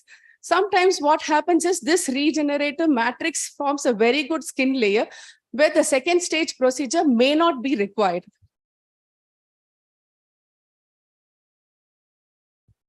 Definitely, any procedure has an indication as well as contraindication. The contraindication for regenerative dermal matrix is it can never be applied on an infected wound. It right away rejects on the infected wound, and it can never be done on the blood vessel or nerves. Blood vessel and nerves, no matter what, it has to be covered with tissue. The same question you can ask me. You told the bones and tendons in ICU you're going to put dermal matrix, and why can't you put now? No, it is not possible. It's better. We are wasting money by putting the dermal matrix over the blood vessel and nerves, because it's anyway going to die. It's anyway going to have ischemic necrosis. So either you have to put a skin cover or some moist dressing, or if the patient is affordable, still you can put dermal matrix, but it's not going to work. And of course, the vascularity is very important. The bed has to be good vascularity. Otherwise, the reason is this dermal matrix, which is put on the wound, it takes the blood supply from the surrounding tissue. So when the surrounding tissue is good only, it will be able to survive. So these are the 3 main contraindications for this regenerative dermal matrix. And my clinical pictures, this patient with the diabetic wound debrided somewhere, the dermal matrix, and it healed thoroughly. All the patients, the healing time is between 4 to 6 weeks maximum. Some patients even 3 weeks. So we can keep it as 3 to 6 weeks. And this patient is pressure ulcer, COVID, with multiple comorbid conditions. We debrided dermal matrix and then we skin grafted, it healed well. Third, this is Charcot foot, dermal matrix, and this is the current state. This is again, this is dermal matrix over the exposed tendon, and see the quality of the skin here, how well it is healed. So this is the dermal matrix and look at the quality of the skin. And this is another patient. She is 90 plus with hepatocellular carcinoma, chemotherapy, necrotizing fasciitis. We were called in the ICU for amputation, but the patient is super rich. She said, don't amputate. I would like to die with my leg. If you can do something, don't worry about money and do. And of course, she spent nearly 25 lakhs and we saved her leg and she's able to walk. But still, I mean, she's in a terminal stage right now, but she's a very strong, confident lady. And you can see over the tendo Achilles, this dermal matrix alone was costed around 10 lakhs for us. So this is over the tendo Achilles, dermal matrix, back dressing, granulated, and see the healing pattern. Again, over the tibia, this here we put a dermal matrix that integrated very well. Over the tibia, it didn't take because the vascularity had to improve around the surrounding tissues. Then we put a dermal matrix and look at the quality of the skin for this patient. This patient, pyoderma gangrenosum, debrided. She was dermal matrix applied and skin graft done after the stabilization of the ulcer by the dermatologist. And this patient with basal cell carcinoma, after excision, we put dermal matrix, full thickness skin graft, all one stage, and this is how it healed. I really like this case because it gives a fantastic look without any scars obvious on the face. And this young man with hidradenitis suppurativa, debrided, and 1 mm dermal matrix was put. I mean, we applied saline, so it is not clearly seen, but you can see the blebs here, dermal matrix blebs, skin grafting done, and this is the quality of the skin. So what happens is in axilla, we were taught to put, I mean, we were trained to put flap. Yes, that's a fantastic option, but what happens is it is bulky and the patient has to walk like this. So this innovation in regenerative matrix has actually made the job simple for us as well as the patient. And this is 80-year-old gentleman with a necrotizing fasciitis, exposed tendons, dermal matrix applied, skin grafted. Some loss was there, but we didn't bother with our experience. We just kept on dressing and it healed very well. And this patient is a non-healing ulcer over this foot, sole of the foot, and the flap cover here is difficult. So what we did is we debrided. We minced the dermal matrix into multiple pieces, packed into the wound, put a skin graft, and ultimately healed. So I was skeptical. I was also discussing with the representatives. They said, madam, I don't know how it's going to work, but my luck and the patient luck, it really worked. And healing pattern in single stages, usually there is epidermal loss like this, but ultimately it heals. When there is epidermal loss, don't peel it, just leave it. See, even I had that fear, you know, when I applied the regenerative matrix and a skin graft on top of that, the epidermis peeled like this. I was really scared. I didn't know what to do, but I just kept quiet. I did dressing. I thought, okay, if it fails, I will put my money, I'll do the surgery free. It's okay. But ultimately it healed well. So this is a learning experience for me. In dermal matrix, when you do the skin graft, if the epidermal peeling happens also, just do the regular dressings once in 4 days with moist dressing, anything you can use, but it has to be moist. And it heals ultimately the skin. Look at the skin, because this is a scaffold with template, and it regenerates the dermis and it also grows the skin. So why befriend dermal matrix is it's a reliable, healthy alternate, less downtime, predominantly single stage with 1 and 2 mm. The overall cost is definitely manageable compared to longer healing time. And sir, father of modern plastic surgery. If I am the Prime Minister or President of India, I will definitely give that award to SRS, sir. Sir is a phenomenal surgeon. When I was a student, I attended national conference. Then sir was presenting. He had amputation of all 10 fingers, I think, or 5 fingers, all 5 fingers. So he was doing replantation. When it was little finger, sir was actually tired, it seems. So when we are tired, or rather I'll say when I am tired, I would like to give up. But sir's inspirational words, even if I'm tired, I don't give up, because whenever I get tired in surgery, I just think of sir. Our வயசுக்கே அவர் பண்ணும்போது என் வயசுக்கு நான் எவ்வளவு வேலை பார்க்கணும் அப்படின்னு சொல்லிட்டு that little finger also sir replanted. So hats off to you, sir. I'm actually a great follower of you. Only because of you, this national plastic surgery turned into a world plastic surgery. First of all, this concept of plastic surgery day came because of your initiative. In 2011, under your dynamic leadership as the president of Association of Plastic Surgery. So please give a big hand to sir.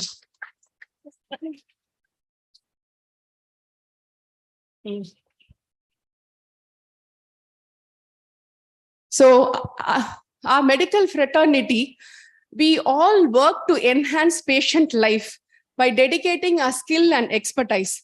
Where did we get that skill and expertise? From the patient only. Only because we operated on more patients, we got the skill and expertise. So patient is our teacher, patient is our guru, patient is our God. So we are for the patients, by the patients, of the patients. So life is better with friends like regenerative dermal matrix. It makes our life very cool and comfortable. Thank you. Thank you, ma'am. Thank you. That was a very nice talk. I call upon Dr. Yashodharani, Chairman, Women's Doctor Wing, IMA Pollachi, to honor our present speaker.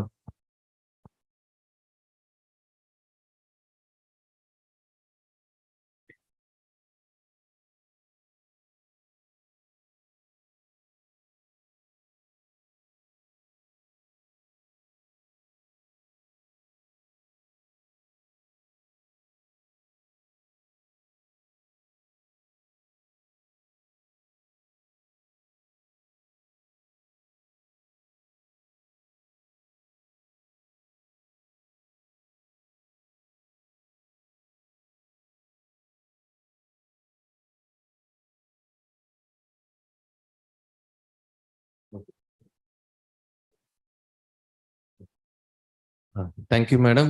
And now I request our Dean, IMA Headquarters, Dr.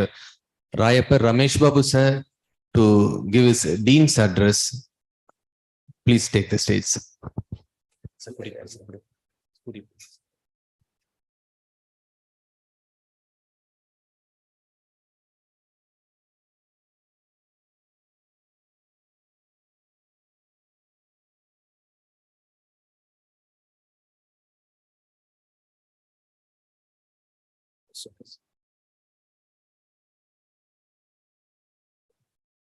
Good evening, all of you.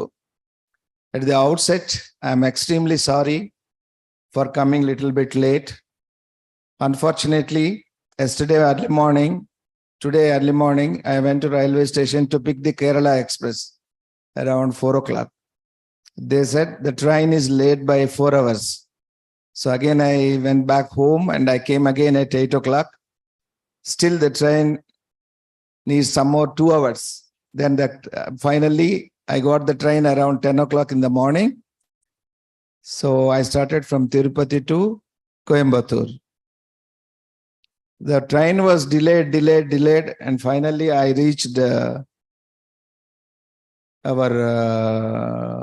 Tirupattur. From there, our respected doctors, Dr. Karthik sir and Dr. Ansari sir, they were there. They received me, and with great difficulty, we came over here. I'm extremely sorry for that. At the outset, many people assume office. It's not a big deal. Once if you assume the office, you have to fulfill the roles and responsibilities and duties of that particular position at any cost. When I assumed the office in the December, from that day onwards, I've been watching Dr. Sendil, sir, his enthusiasm in conducting the academic feast and academic programs. I know how difficult it is. 3 years before, I have a beautiful hair on my head. When I started doing international conferences online, Corona period, successfully completed every month one international conference on different super specialties webinars. Around 1,300, 800 people used to be online from morning 8 o'clock till evening 6:30. So we required minimum 6 hours of stay in that conference. Then only we will issue the certificate. Otherwise, we will not issue the 4 CMA credit points. For every month this marathon, I need minimum 40 days of hard work to get 16 speakers, 9 speakers internationally, renowned speakers, and 9 speakers nationally, that too reputed in their specific fields. Likewise, I started 32 months before, successfully completed 35 conferences on different super specialties. From January onwards, we started again conferences for primary care physicians. So this month on 2nd, we have conducted international conference on moral, ethical, and psychological issues pertaining in medical profession. It was a very beautiful conference. Around 2,800 people attended online. So again, in this month, 30th, we'll be having one more on neurosciences and role of primary care physicians. So we are going to organize another 12 conferences for primary care physicians. It's really very hard work.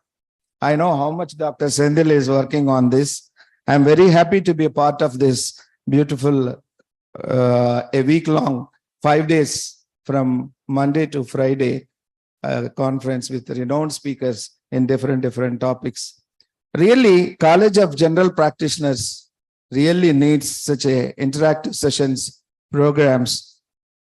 I request Sendil sir, kindly look into whatever specialty you conduct. The specialists are pertaining to their own specialty. They think that all audience are their own specialists.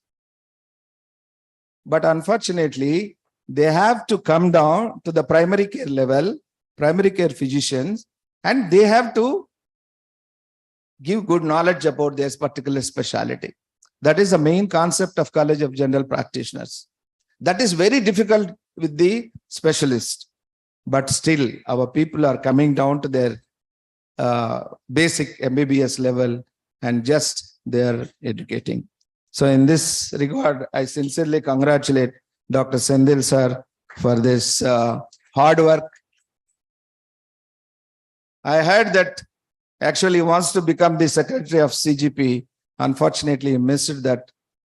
Definitely, sir, next time he will be the secretary national for CGP. I will definitely work with our team to get you into the national team. Definitely, sir. So we'll work on that, please.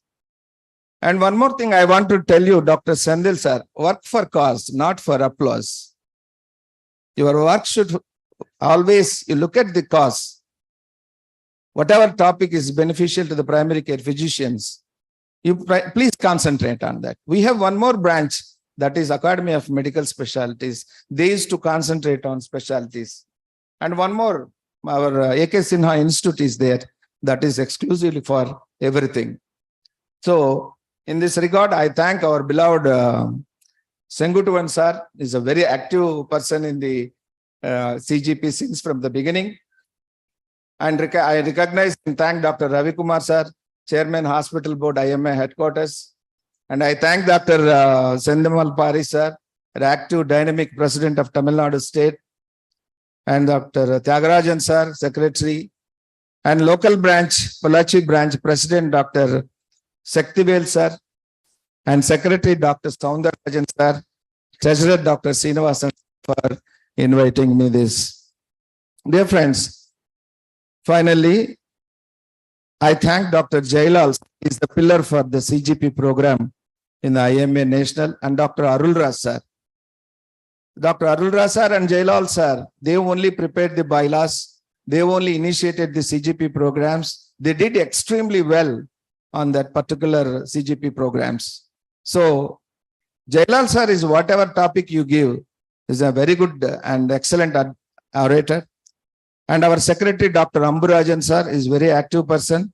He is to extend all support to the dean whenever we need a problem.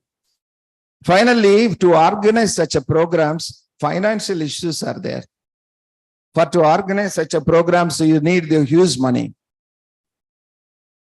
So I raised 40 lakh rupees, my own I am the president SV Medical College Alumni Association, NRIs of my medical college, 40 lakh rupees to conduct this 12 monthly CMEs for CGP members as well as doctors in this country.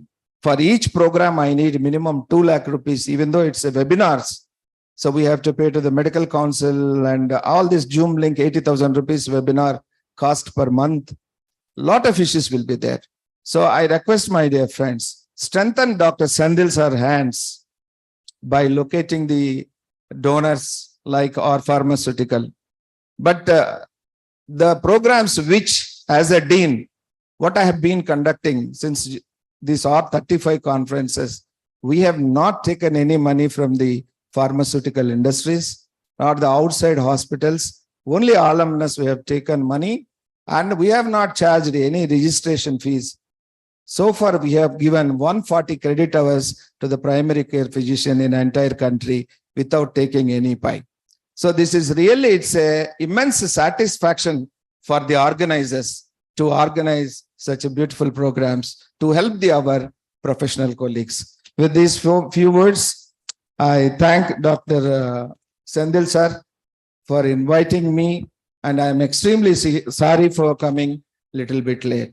Once again, I thank you, the Pollachi branch and the Tamil Nadu state branch for inviting me. Thank you very much. Thank you, sir. Thank you for the wonderful words. I invite Dr. Jayakumar, ENT, to honor our guest.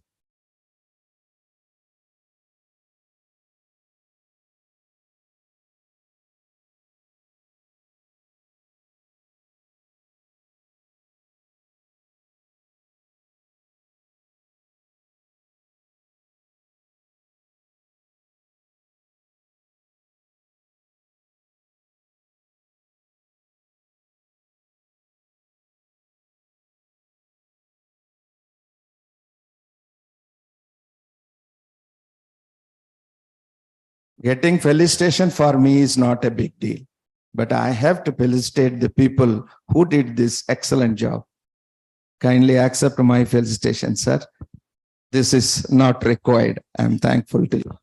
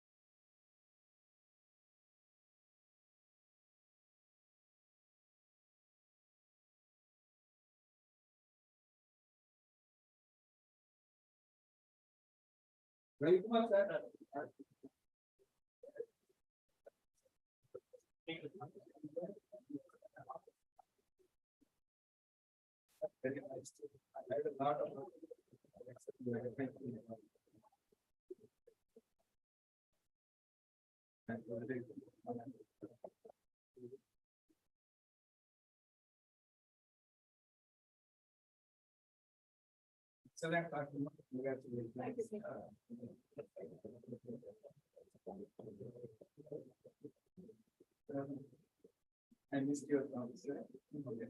I'll go through again.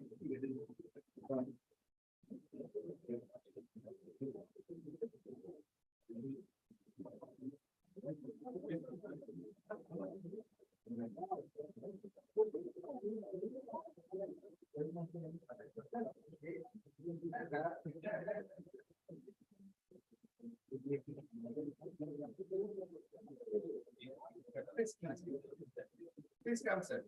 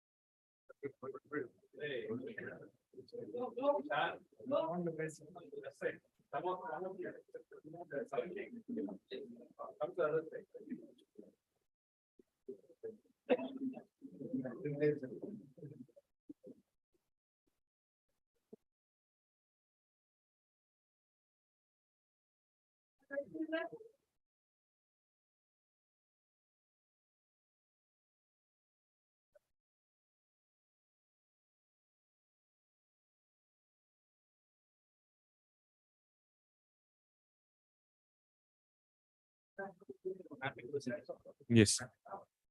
We have last two rapid presentations left.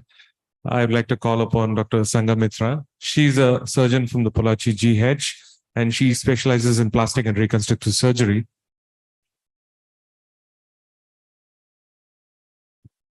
She has multiple publications and gold medal winner. And please take the stage, please. Thank you, sir.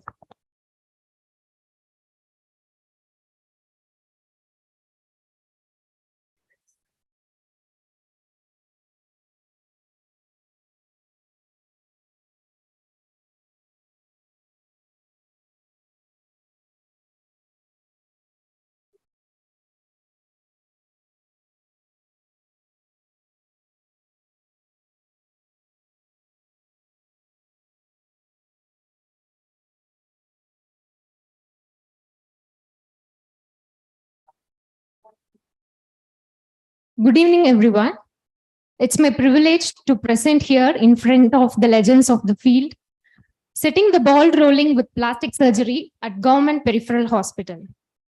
Just while completing super specialty, it is quite natural to dream, to work in our own department, to work with a senior surgeon, to work where resources are no barrier.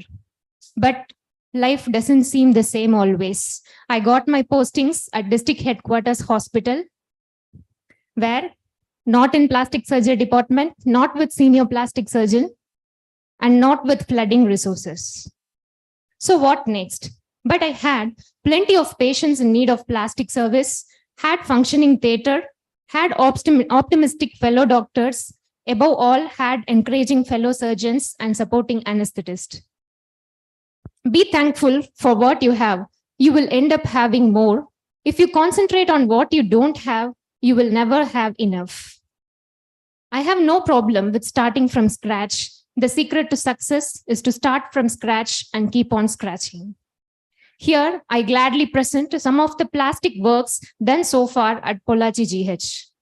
This was the first case when an 11-year-old boy came to hospital who met with road traffic accident and had soft tissue defect and extensor tendon injury, for which abdomen flap cover was done and extensor repair was done. This is a tendon transfer that was done for this kid who had loss of extension. Actually, he's encountered a road traffic accident and he had fibula fracture and he had inability to extend the great toe. Then orthopedicians called for plastic opinion. On table, it was confirmed that the tendon was intact and it was found that it is due to nerve injury to EHL, and it is a rare case and very few cases are reported in literature. Then on reviewing the literature and with the help of Indian Journal of Plastic Surgery publication that I read, we did EHB and EDL split toe transfer to the EHL, where the function of the second toe was also retained and the function of great toe was also established. This paper got selected for prize paper presentation at TANPAP State Conference in 2022. Recent medical advances, National Healthcare Program's Thai program with burns as one among the 6 pillars have brought a major change in survival of burn victims. This is the census for the last 2 years at Pollachi GH. Less than 20% of burns, we had 76 patients, and 20 to 40% of burns, we had 28 cases, and 41 of them presented with more than 40%. So in total, we received 145 burns cases, and we are happy to tell that we referred only 19 cases within 48 hours to CMCH.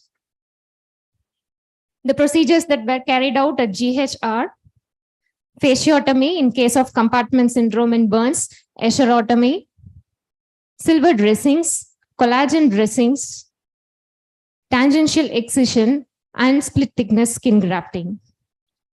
The concept of limb elevation has been introduced in wards. If we come to Pollachi GH now, we cannot see any hand injury patient or burns patient with upper limb with hands hanging down. It will be held high like this to prevent edema and scarring. And no more banana leaf beds at GH.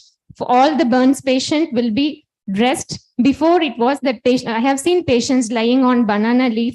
That is the cause for many times the sepsis will go because of that. And now it is totally stopped and all burns patient will be dressed.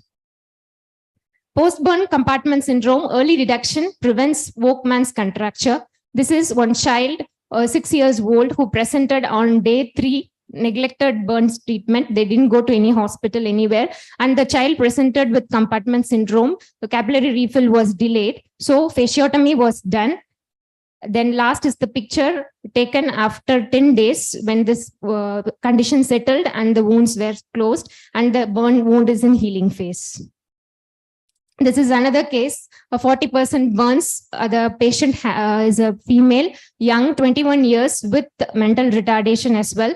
Actually, the patient presented to me outside first. After 48 hours of fluid resuscitation, tangential excision was carried out outside. Then the patient could not afford for the treatment outside and she was shifted to GH, where she was given daily dressing, nutritional support, and antibiotics as well. And the wound improved as shown in the below picture. After that, debridement was done and split thickness skin grafting was done. And this is the picture taken on post-op day 14 after the graft, when the graft uptake was good. Patient went home with only minimal raw area. Then post-burn contractures. This is the patient who presented with a contracture of the neck where she was unable to extend her neck and she was not going for a job because of that. For her, the contracture was released and split thickness graft was applied. This is the post-op picture taken at 6 months where she was able to extend her neck and she is back to work. And the same patient, she also had elbow and axillary contracture for which she came after 1 year for the axillary and elbow contracture release. Release was done and split thickness grafting was applied. This is another the patient who had obese abdomen. She was having difficulty in walking with the big abdomen and she was having frequent infections in the groin region because of the hanging abdomen. For her, lipoabdominoplasty was done, rectal plication was done, and totally 2 kgs of subcutaneous fat were removed. And this is the post-op picture. The patient had 88% of saturation in the post-op as there was a little bit of increased abdomen pressure following this. She was kept in ICU care and she recovered well. This is a bedsore patient for whom VY advancement TFL flap was done. This is a patient who presented with already rotation flap was done outside and patient had a recurrent bedsore for which re-rotation flap was done. This is a kid who encountered crush injury for the thumb. He had bone loss and comminuted bone fracture of the PPX, for which X-fix was done. Then a stable flap cover is needed for this. So FDMA islanded flap was done and later bone graft can be planned for the bone loss. This is a kid who got his finger cut with knife, for which triangular BY advancement flap was done. And this is the post-op where we can see a near normal shape of the index finger. This is another old lady who kept her finger inside the door and it was near total amputation. But on examination on needle prick, the bleeding was minimal. So it was retained. KYO was not inserted. Only figure of 8 sutures were applied and the finger was viable. We also do KYO fixation for hand fractures, for metacarpal displaced fractures and PPX fractures. Open reduction and KYO fixations are done. This is a patient who had contracture over the ankle region. He was treated with split skin grafting outside twice, and he was getting recurrent ulceration over that. Maybe because the ankle is a mobile region and it needs a flap cover. So scar excision was done and islanded RSSA flap was done, and the flap settled well, and the patient has no recurrence now. This is a transposition flap done for bone cover when orthopedicians call for plastic opinion. This is a patient with flexor tendon injury of the little finger. The patient had both flexor digitorum profundus and superficialis cut, for which repair was done. And this video was recorded on 4th week when the POP was removed and the patient was started on physiotherapy. We can appreciate the flexion and the cascade of the fingers being maintained. This is a patient who had crush injury, occupational injury. He had soft tissue defect over the wrist region and flexor digitorum profundus of the index finger and flexor pollicis longus of the thumb were cut, for which posterior interosseous artery flap was done for the cover and tendon was repaired. This is a well settled flap picture taken at 2 weeks post-op. This is another case. A patient had basal cell carcinoma of the scalp. Wide local excision was done and rotation flap cover given. This is a patient with a complex keloid involving both the ears, left ear and right ear. Left ear and the right ear was addressed in 2 stages. The above swelling was taken in the first stage, here we can see, and later after 6 weeks the remaining of the swelling was taken, and this is the final picture where we can see that there is no much deformed ear lobe when compared to the keloid that she had. This is a patient with tendo-Achilles injury. 6 standard tendo-Achilles repair was done. This is the picture taken at after 6 weeks after removing the POP. Patient was put on physiotherapy. We can appreciate a good plantar flexion.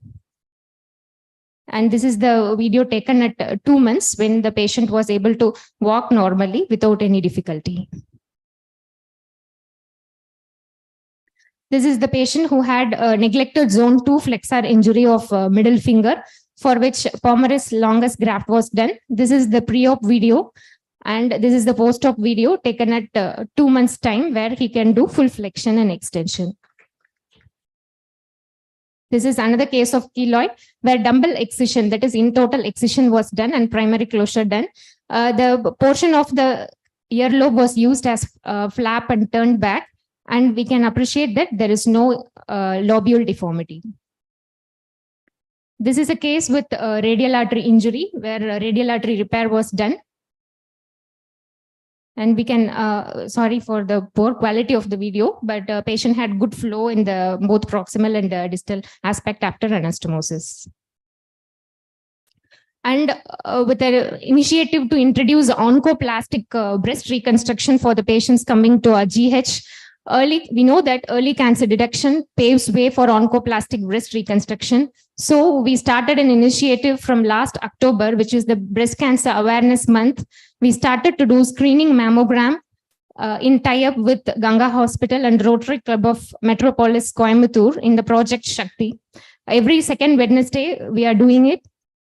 And we have conducted 10 camps, 506 women screened so far, 7 breast cancers detected, 6 had underwent treatment and 1 was defaulter. 1 breast conservation surgery was done for 1 patient, and 1 patient has undergone die-up flap. This is an initiative to bring oncoplastic into Pollachi GH. So plastic surgery, it repairs damage, replenishes function, and restores hope, bringing change in everyday life, blessed to be a drop in that big ocean.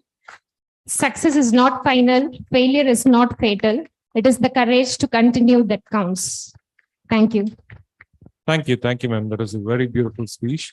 I call upon Dr. Geeta Ramakrishnan, a senior ophthalmic surgeon, to honor our present speaker.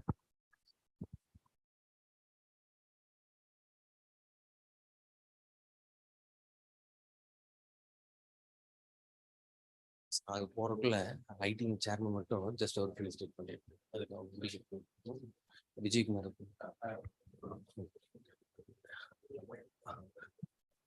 and at the outset, yeah, please continue. I also thank sincerely our IT wing chairman of IMA TNSB, Dr. Vijay Kumar. He has done a wonderful job. All 5 days, almost one more day left. He has done a wonderful job. I request sir to speak few words on the Zoom platform, which he has done now. It is for almost 1,000 participants at a time without any glitch, and more than which we are going in YouTube live. So almost we have reached 2,000 plus participants in the last 5 days. Over to you, sir. Thank you, Sindhu. Thank you for the opportunity given. I thank all the CGPCON2023 conveners for the opportunity given to us. Thank you, Sindhu. Thank you for the opportunity. Thank you, sir. We being the organizers, we stay all along the conference or the CME, but being IT wing chairman, he used to stay for all the conferences. Really, we don't know whether it is good or bad for him. Thank you so much, sir. Thank you. Thank you. Thank you. Thank you.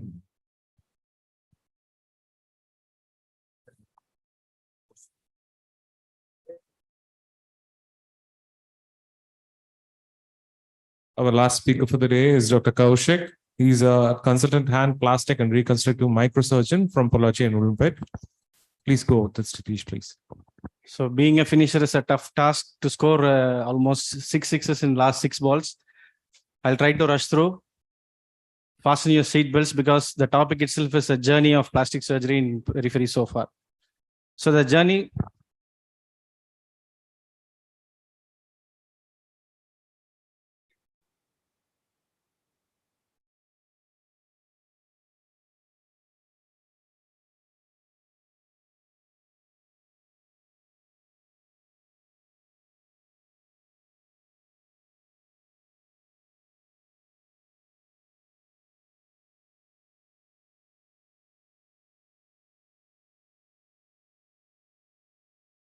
Okay. So the journey started with the inspiration from institutions that inspired me. The first is the Stanley Medical College Institute for Research for Hand and Rehabilitation. Aster MIMS, which I was a part of senior specialist. Of course, no hand surgeon can go across without telling Ganga Hospital. And myself and Dr. Swaroop were the first batch of plastic surgery trainees from Stanley Medical College to visit Ganga Hospital. And that 2 weeks changed my thinking about plastic surgery. What can be done? What is the boundary? Sky is the limit. So my mentors and role models, this is a moment of gratitude and thankfulness to them. So a few of the residents and young surgeons are there as audience here. So this talk would also be inspire them to take career options in periphery after post-graduation. So you're left with the following options like government service or mandatory bond, fellowships with focused training, or join corporate hospitals. If you have your own nursing home, it's well and good. Last option is the freelance practice, and most options are to cities, periphery and rural being the last sort option. I had a purpose that I want to take plastic surgery to periphery, and I must always deliver the care, availability and affordability, and the tertiary level care must be given at the primary contact. So as a young surgeon who starts a practice in an area, previous doyens like Professor Vijay Kumar sir, Prakash sir were practicing as visiting plastic surgeons in Pollachi. So the tracks and hurdles in front of me was what are the scope of procedures I can cover, what is the infrastructure we had, availability and awareness. So as sir told in this previous slide, availability and awareness are very important. My thinking is even a small abrasion or laceration in hand or a finger needs a plastic surgeon to see, because it is very easy to miss a digital artery or nerve injury with a small wound. And if you're available, how are you going to be utilized? So the hardships is first and foremost is whether you get the opportunity, and if you have the opportunity, what is the facility? How can you convert the case? And the OT time, because many microsurgery takes large number of OT time, and anesthetist orientation and cooperation regarding how much time it will take, because they will be committed to other surgeons, and skilled assistance for microsurgery. Of course, cost is a big factor. And finally, the results. And backup surgery, if your surgery fails, a number of stages. So the expectation from hospital management and patient sides are also to be taken into account, so that other waiting cases, surgeries, all these things run in my mind every time. And finally, how you spend a good time with family. When above things don't go well, you have a battle in your mind that, oh God, why did I do this? So the primary period of practice was managing referral of complications, raw areas, giving opinions. And the expectation was I must tell simple, affordable solutions. If I say some complex or complicated, the thing is you refer or refuse, because age and experience was not on my side. So creating awareness, I was being, be patient, show your availability. So spread awareness about plastic surgery. Like this plastic surgery day, IMA offered me 2-time or 3-time opportunity to talk about plastic surgery. So that helped a lot in getting referrals. So slowly windows open, doors open, then sky open. So as plastic surgeon, we are surgeons of surgeon. All the specialties have something to offer to plastic surgery, and a plastic surgeon always has something to offer. So the start was to manage the raw areas, especially the tendo Achilles raw area. At a stretch, I did some 9 to 10 cases of tendo Achilles raw area, extension of the general surgical practice like pressure ulcers, skin grafting, small keloids, umbilical creation, pilonidal sinus, Fournier's gangrene. And this is the most important case, which not many plastic surgeons will be doing, because the AV fistula creation for terminally ill CKD patients. So technically, it was a challenging end-to-side anastomosis without any assistance. So repeatedly doing this helped in mastering somewhat microsurgical techniques and cleft palate surgeries. This is a bit of vascular work where myself and Swaroop did a femoropopliteal bypass and healed a chronically non-healing wound along with the help of Professor Mohan sir. And offering flap covers for things. So the main thing, core of trauma practice is orthoplasty. Teaming up with orthopedician and involving a plastic surgeon primarily in trauma is the most important thing. So when the orthopedicians were very cordial to include me in the team, the results itself were very good. Initially, to preserve and protect the nerves in fracture fixation like radial nerve, common peroneal nerve, managing vascular catastrophes like pseudoaneurysm ruptures, and then facial injuries with tissue losses. Finally, primary hand injuries came to me, which I longed for a long time, and giving flap covers, some claw correction procedures. So the game changer, as Sir's slide had, the operating microscope was the game changer. Initially, Dr. Varadarajan sir procured this microscope, and I'm proud to say that from across Udumalpet and Pollachi, we have 6 centers having operating microscope with high quality suture materials and instruments delivering microsurgical care. So the whole perspective changed. Attempted all these critical revascularizations, neurovascular injuries primarily, and then the concept of fix and flap. So all these are not inventory, just an extension of all what Sir said in the previous slides. So whichever procedure is new to a geographical area, you call it as a recent advance. So when you think that once the wound heal, plastic surgeon come and do, this is a case of primary fix and flap.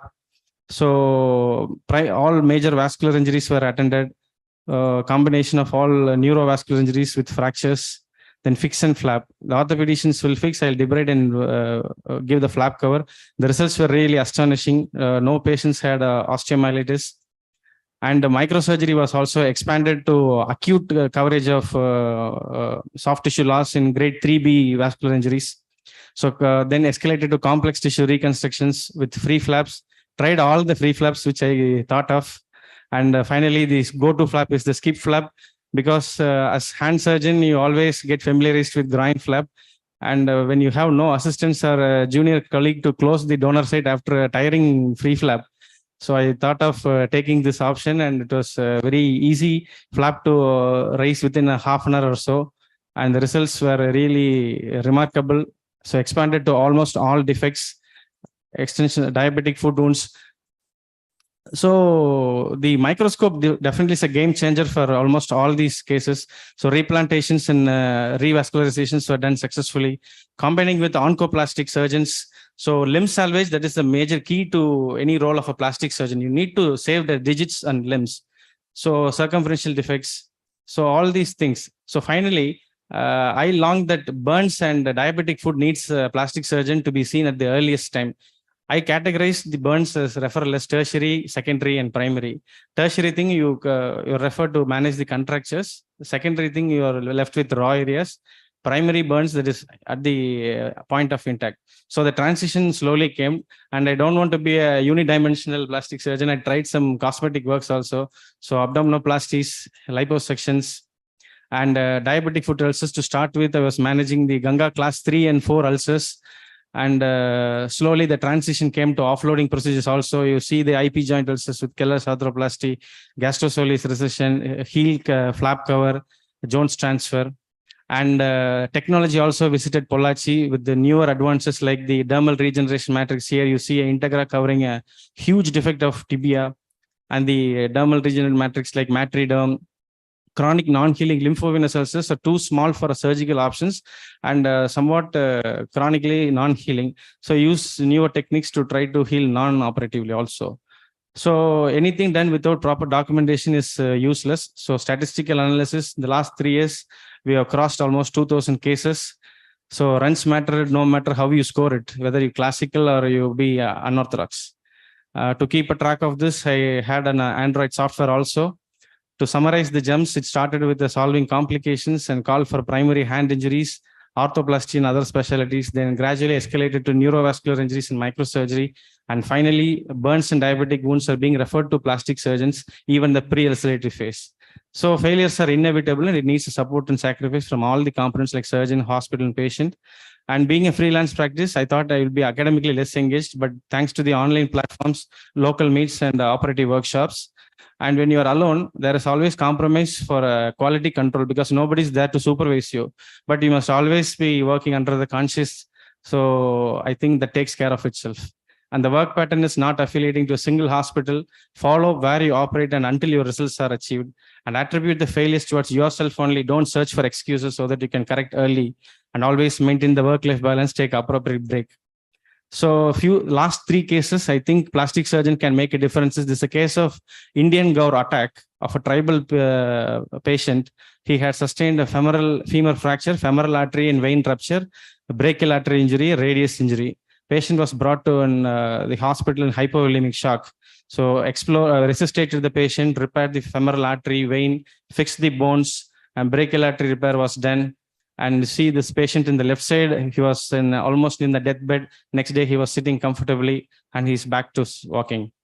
And another case of toe transfer, a young boy who lost his radial 3 digits was reconstructed with a toe transfer thumb. And another last case, this is a fall of heavy weight over his badly crushed foot. The patient did not want an amputation. So we reconstructed with a huge latissimus dorsi flap. So these are patient-taken videos. You can see the toe transfer fellow is able to take a tumbler full of water and he's able to drink it thing. And the next thing, patient is able to walk on his own foot. So whatever thing is, you need to get recognition. And the first picture is Professor R. Venkataswamy telling me in Stanley Medal function, you need to go to your hometown and do good service of plastic surgery. And next picture, you see Dr. Varadarajan sir complimenting with the Professor R. Venkataswamy's biography that is healing hands for doing the plastic surgery in periphery. And our association, TANPAPS, I got the best paper, Professor R. Venkataswamy medal this year. So in 2017, when I was a postgraduate, myself, Swaroop, standing near SRS sir, I never thought that this would be the day where we would be having SRS sir in Pollachi delivering his plastic surgery day lecture. So the journey is definitely a joy of being a plastic surgeon. Take the decision and stand by it. The purpose will cross through your goals and practice with principles because the specialty will take care of yourself. Most often I get questions like, what is your identity? Where is your clinic? Where are you practicing? Which is your hospital? At that time, I just blink. I'm a plastic surgeon. I'm practicing in Pollachi. That's all. So it's a rewarding, satisfying, and successful practice. The scope is always much more than you would imagine. Always document. Always put your sign below what you write. That is what SRS says, so that you own the responsibility of what you're writing and ask for help or refer early at the right time. Do not miss any case. And then finally, you put something on the higher center. If you're not able to manage the complication, better you refer it early. And building a team and building early is very important. To add a person with skill set equal or even better than you. I have 2 persons in my team. One is practicing in series, that is with Swaroop, all the major cases. Practicing in parallel, that is with Sangamatra, whichever patient is not affordable, really needing plastic surgery, she takes care of in the GH. As you see, stunning surgeries done in the GH with reduced resources. So finally, I'm grateful to all the hospital owners, fellow orthopedicians and surgeons, referring doctors, support staff, last but not least, the captains of the cases, the anesthesiologists, because all of them are senior anesthesiologists, whether it has been Udumalpet or Pollachi. Easily they can say me, Appa, don't do these cases for long time. We have other cases to do. It is very easy to discourage me at the outset because all of them are in my chief age, but everybody encouraged the good work so that we are able to carry, so that I'm sleeping like that elephant in the picture you can see. And special thanks to Indian Medical Association Pollachi branch for the constant encouragement and motivation. These are the pictures of last year's plastic surgery and the prior year's plastic surgery celebrations, where Govardhani Madam, Sendil sir and Ilankumar sir delivered their lectures. Let's continue to repair, reconstruct and rehabilitate. So this is the feel I'm having right now when India won the World Cup in 2007 and 2011. So that is the adrenaline rush I'm having, having sir and senior plastic surgeons of Coimbatore who have come all the way here supporting this. So thank you. Dreams do come true. We can always turn stones into milestones. I'm proud to be a peripheral plastic and rural reconstructive surgeon. Thank you. Thank you. Thank you, Dr. Kaushik. That was a very heartening talk. I call upon Dr. Vasant Kumar Alwa, sir, Senior Surgeon, IMA Pollachi, to honor the speaker.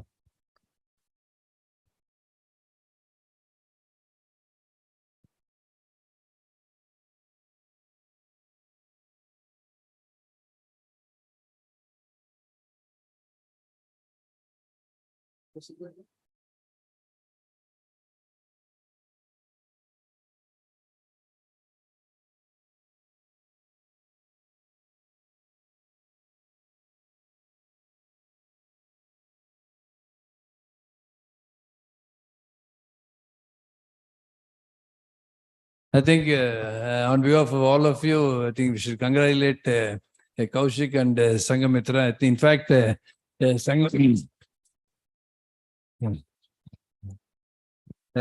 was examiner to Sangamitra for DNB exam, and then she did well. And after that, I told her, no, why don't you join us?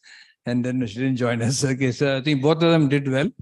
And it's very heartening. It's not that you say, many times I find even when you have everything, people say we don't have things.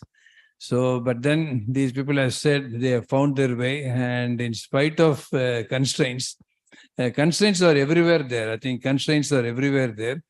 And those people who break the constraints are champions. So I think they have found a way to do, and I'm sure they'll do extraordinarily well. I think congratulations to both of you for doing what you have done. I made Pollachi proud and also made all of us proud. Thank you so much.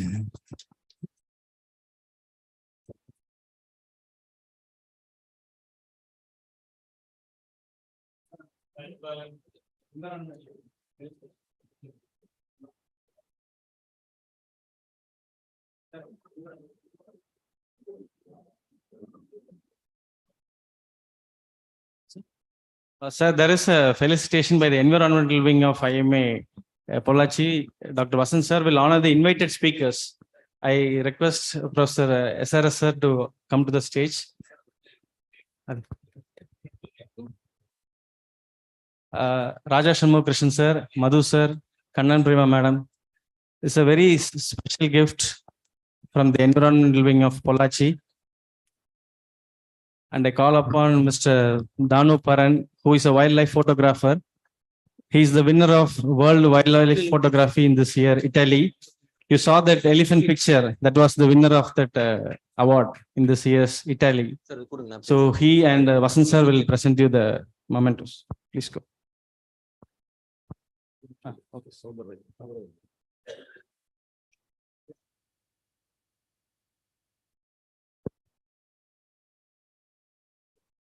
Go.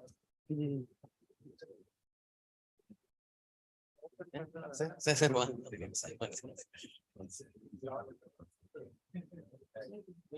இவர் கூப்பிடாம மேல போக முடியாது. நீங்க கௌசிக் சொன்னாலும் சரி போக மாட்டாங்க. இவர் கூப்பிட்டா அதான் இவர்கிட்ட சொல்லுங்கன்னு சொன்னா கேட்க மாட்டேங்குது. என்னன்னு சொல்லுங்க sir. You go to honor Raj Subal on behalf of the stallions and orthopedic surgeons from Udumalpet. Orthopedic surgeons and நீங்க நான் சொல்றேன் சார். வருவார். சார் ஐயோ sir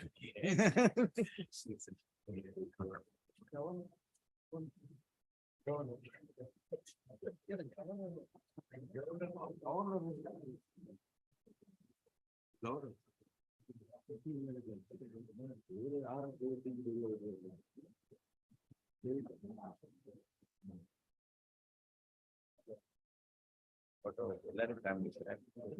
is a wonderful capture of the fireflies in the Western Ghats. Wow. It's a unique picture. Well captured. Super.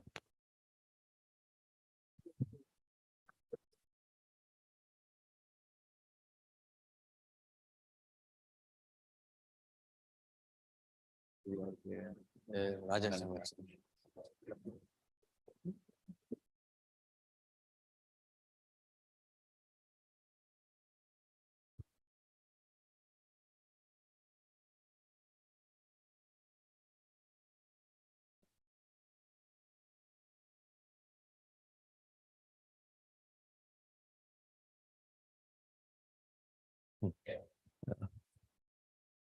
We thank environmental wing of Pollachi branch to honor the speakers with the unique mementos and memorable ones too. Thank you, sir. Thank you.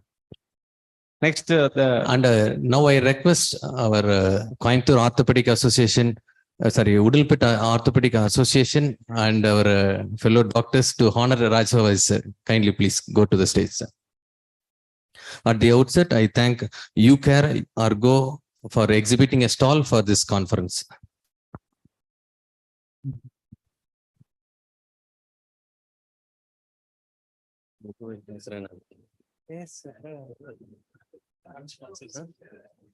நீங்க அவங்க பேசிட்ட மேடமே பேசிட்டாங்க, அவங்க பேசுற கேட்டாங்க, நான் பண்ண முடியாது.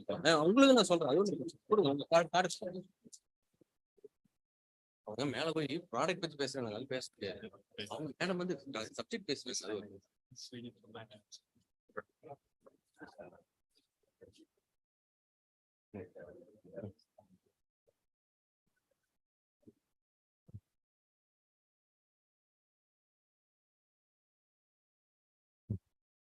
Thank you, sirs. And we also thank Matriderm for exhibiting a stall for this conference.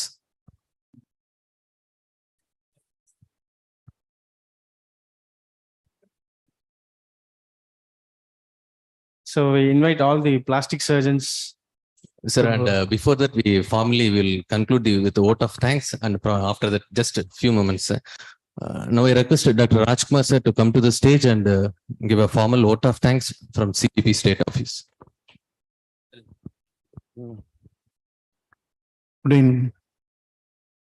Good evening to all the participants who are still online this late night. Nearly 400 of them are still online. I thank each and everyone for their participation. And I thank IMA Pollachi for conducting the grand event. And I thank our speakers today, Plastic Surgery Department of Ganga Hospitals. And I thank our IMA national leaders and state leaders for giving permission to conduct this conference. And my special thanks to our Dr. Ramesh Babu sir. He traveled all the way from Andhra to attend this function. And really this spirit of you will be inspiring us ever, sir. Thank you, sir. Thank you, everyone. Thank you, sir. And over to local branch, Dr. Soundarajan, sir. Good evening to all. Thank you very much for all the dignitaries come to the Pollachi from Erode, Tirupur, Darapuram, Udumalpet and all the places. And I also thank Srijit, the major sponsor of this evening, and also Srinivas and Argatol for favoring this audio-visual implementation. Thank you so much for what and all. Thank you. And from CGP State Office, we thank our Pollachi branch president, Dr. Saktivel sir, secretary, Dr. Soundarajan sir, past President Dr. Tirumut sir, and past immediate past Secretary Dr. Sarwan sir, our Treasurer Dr. Srinivas sir, and our plastic surgeons Dr. Kaushik and Sangamitra. Thank you one and all. And hand over to Kaushik sir for your further proceedings. Thank you. Sir, as a note of plastic surgery celebration, we shall cut the cake. I request all the plastic surgeons to come forward.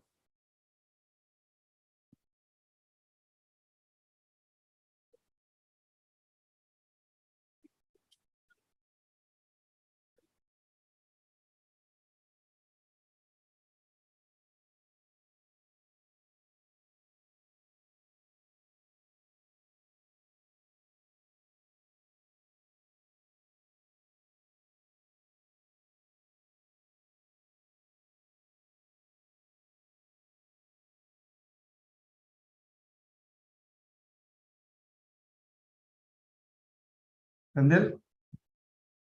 Dr. Sandil?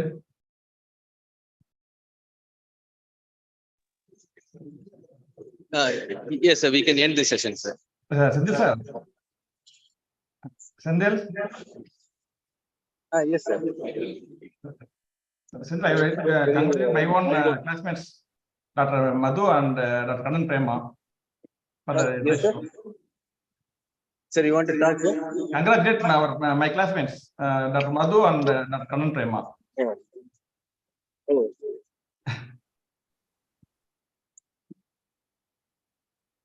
Fine, sir. I think Kannan Prema is classmate for Dr. Vijay Kumar Manikam. I think he wants to recognize you. Thank you.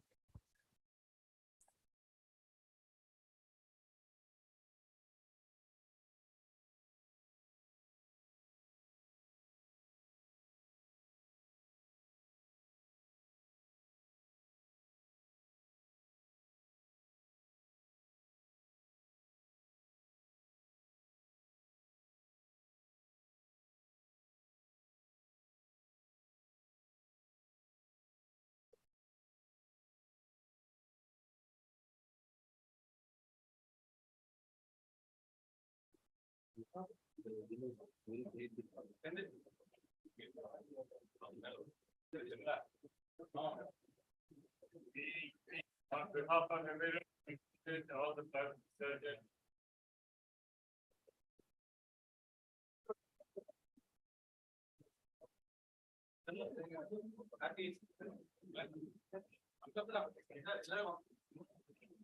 Please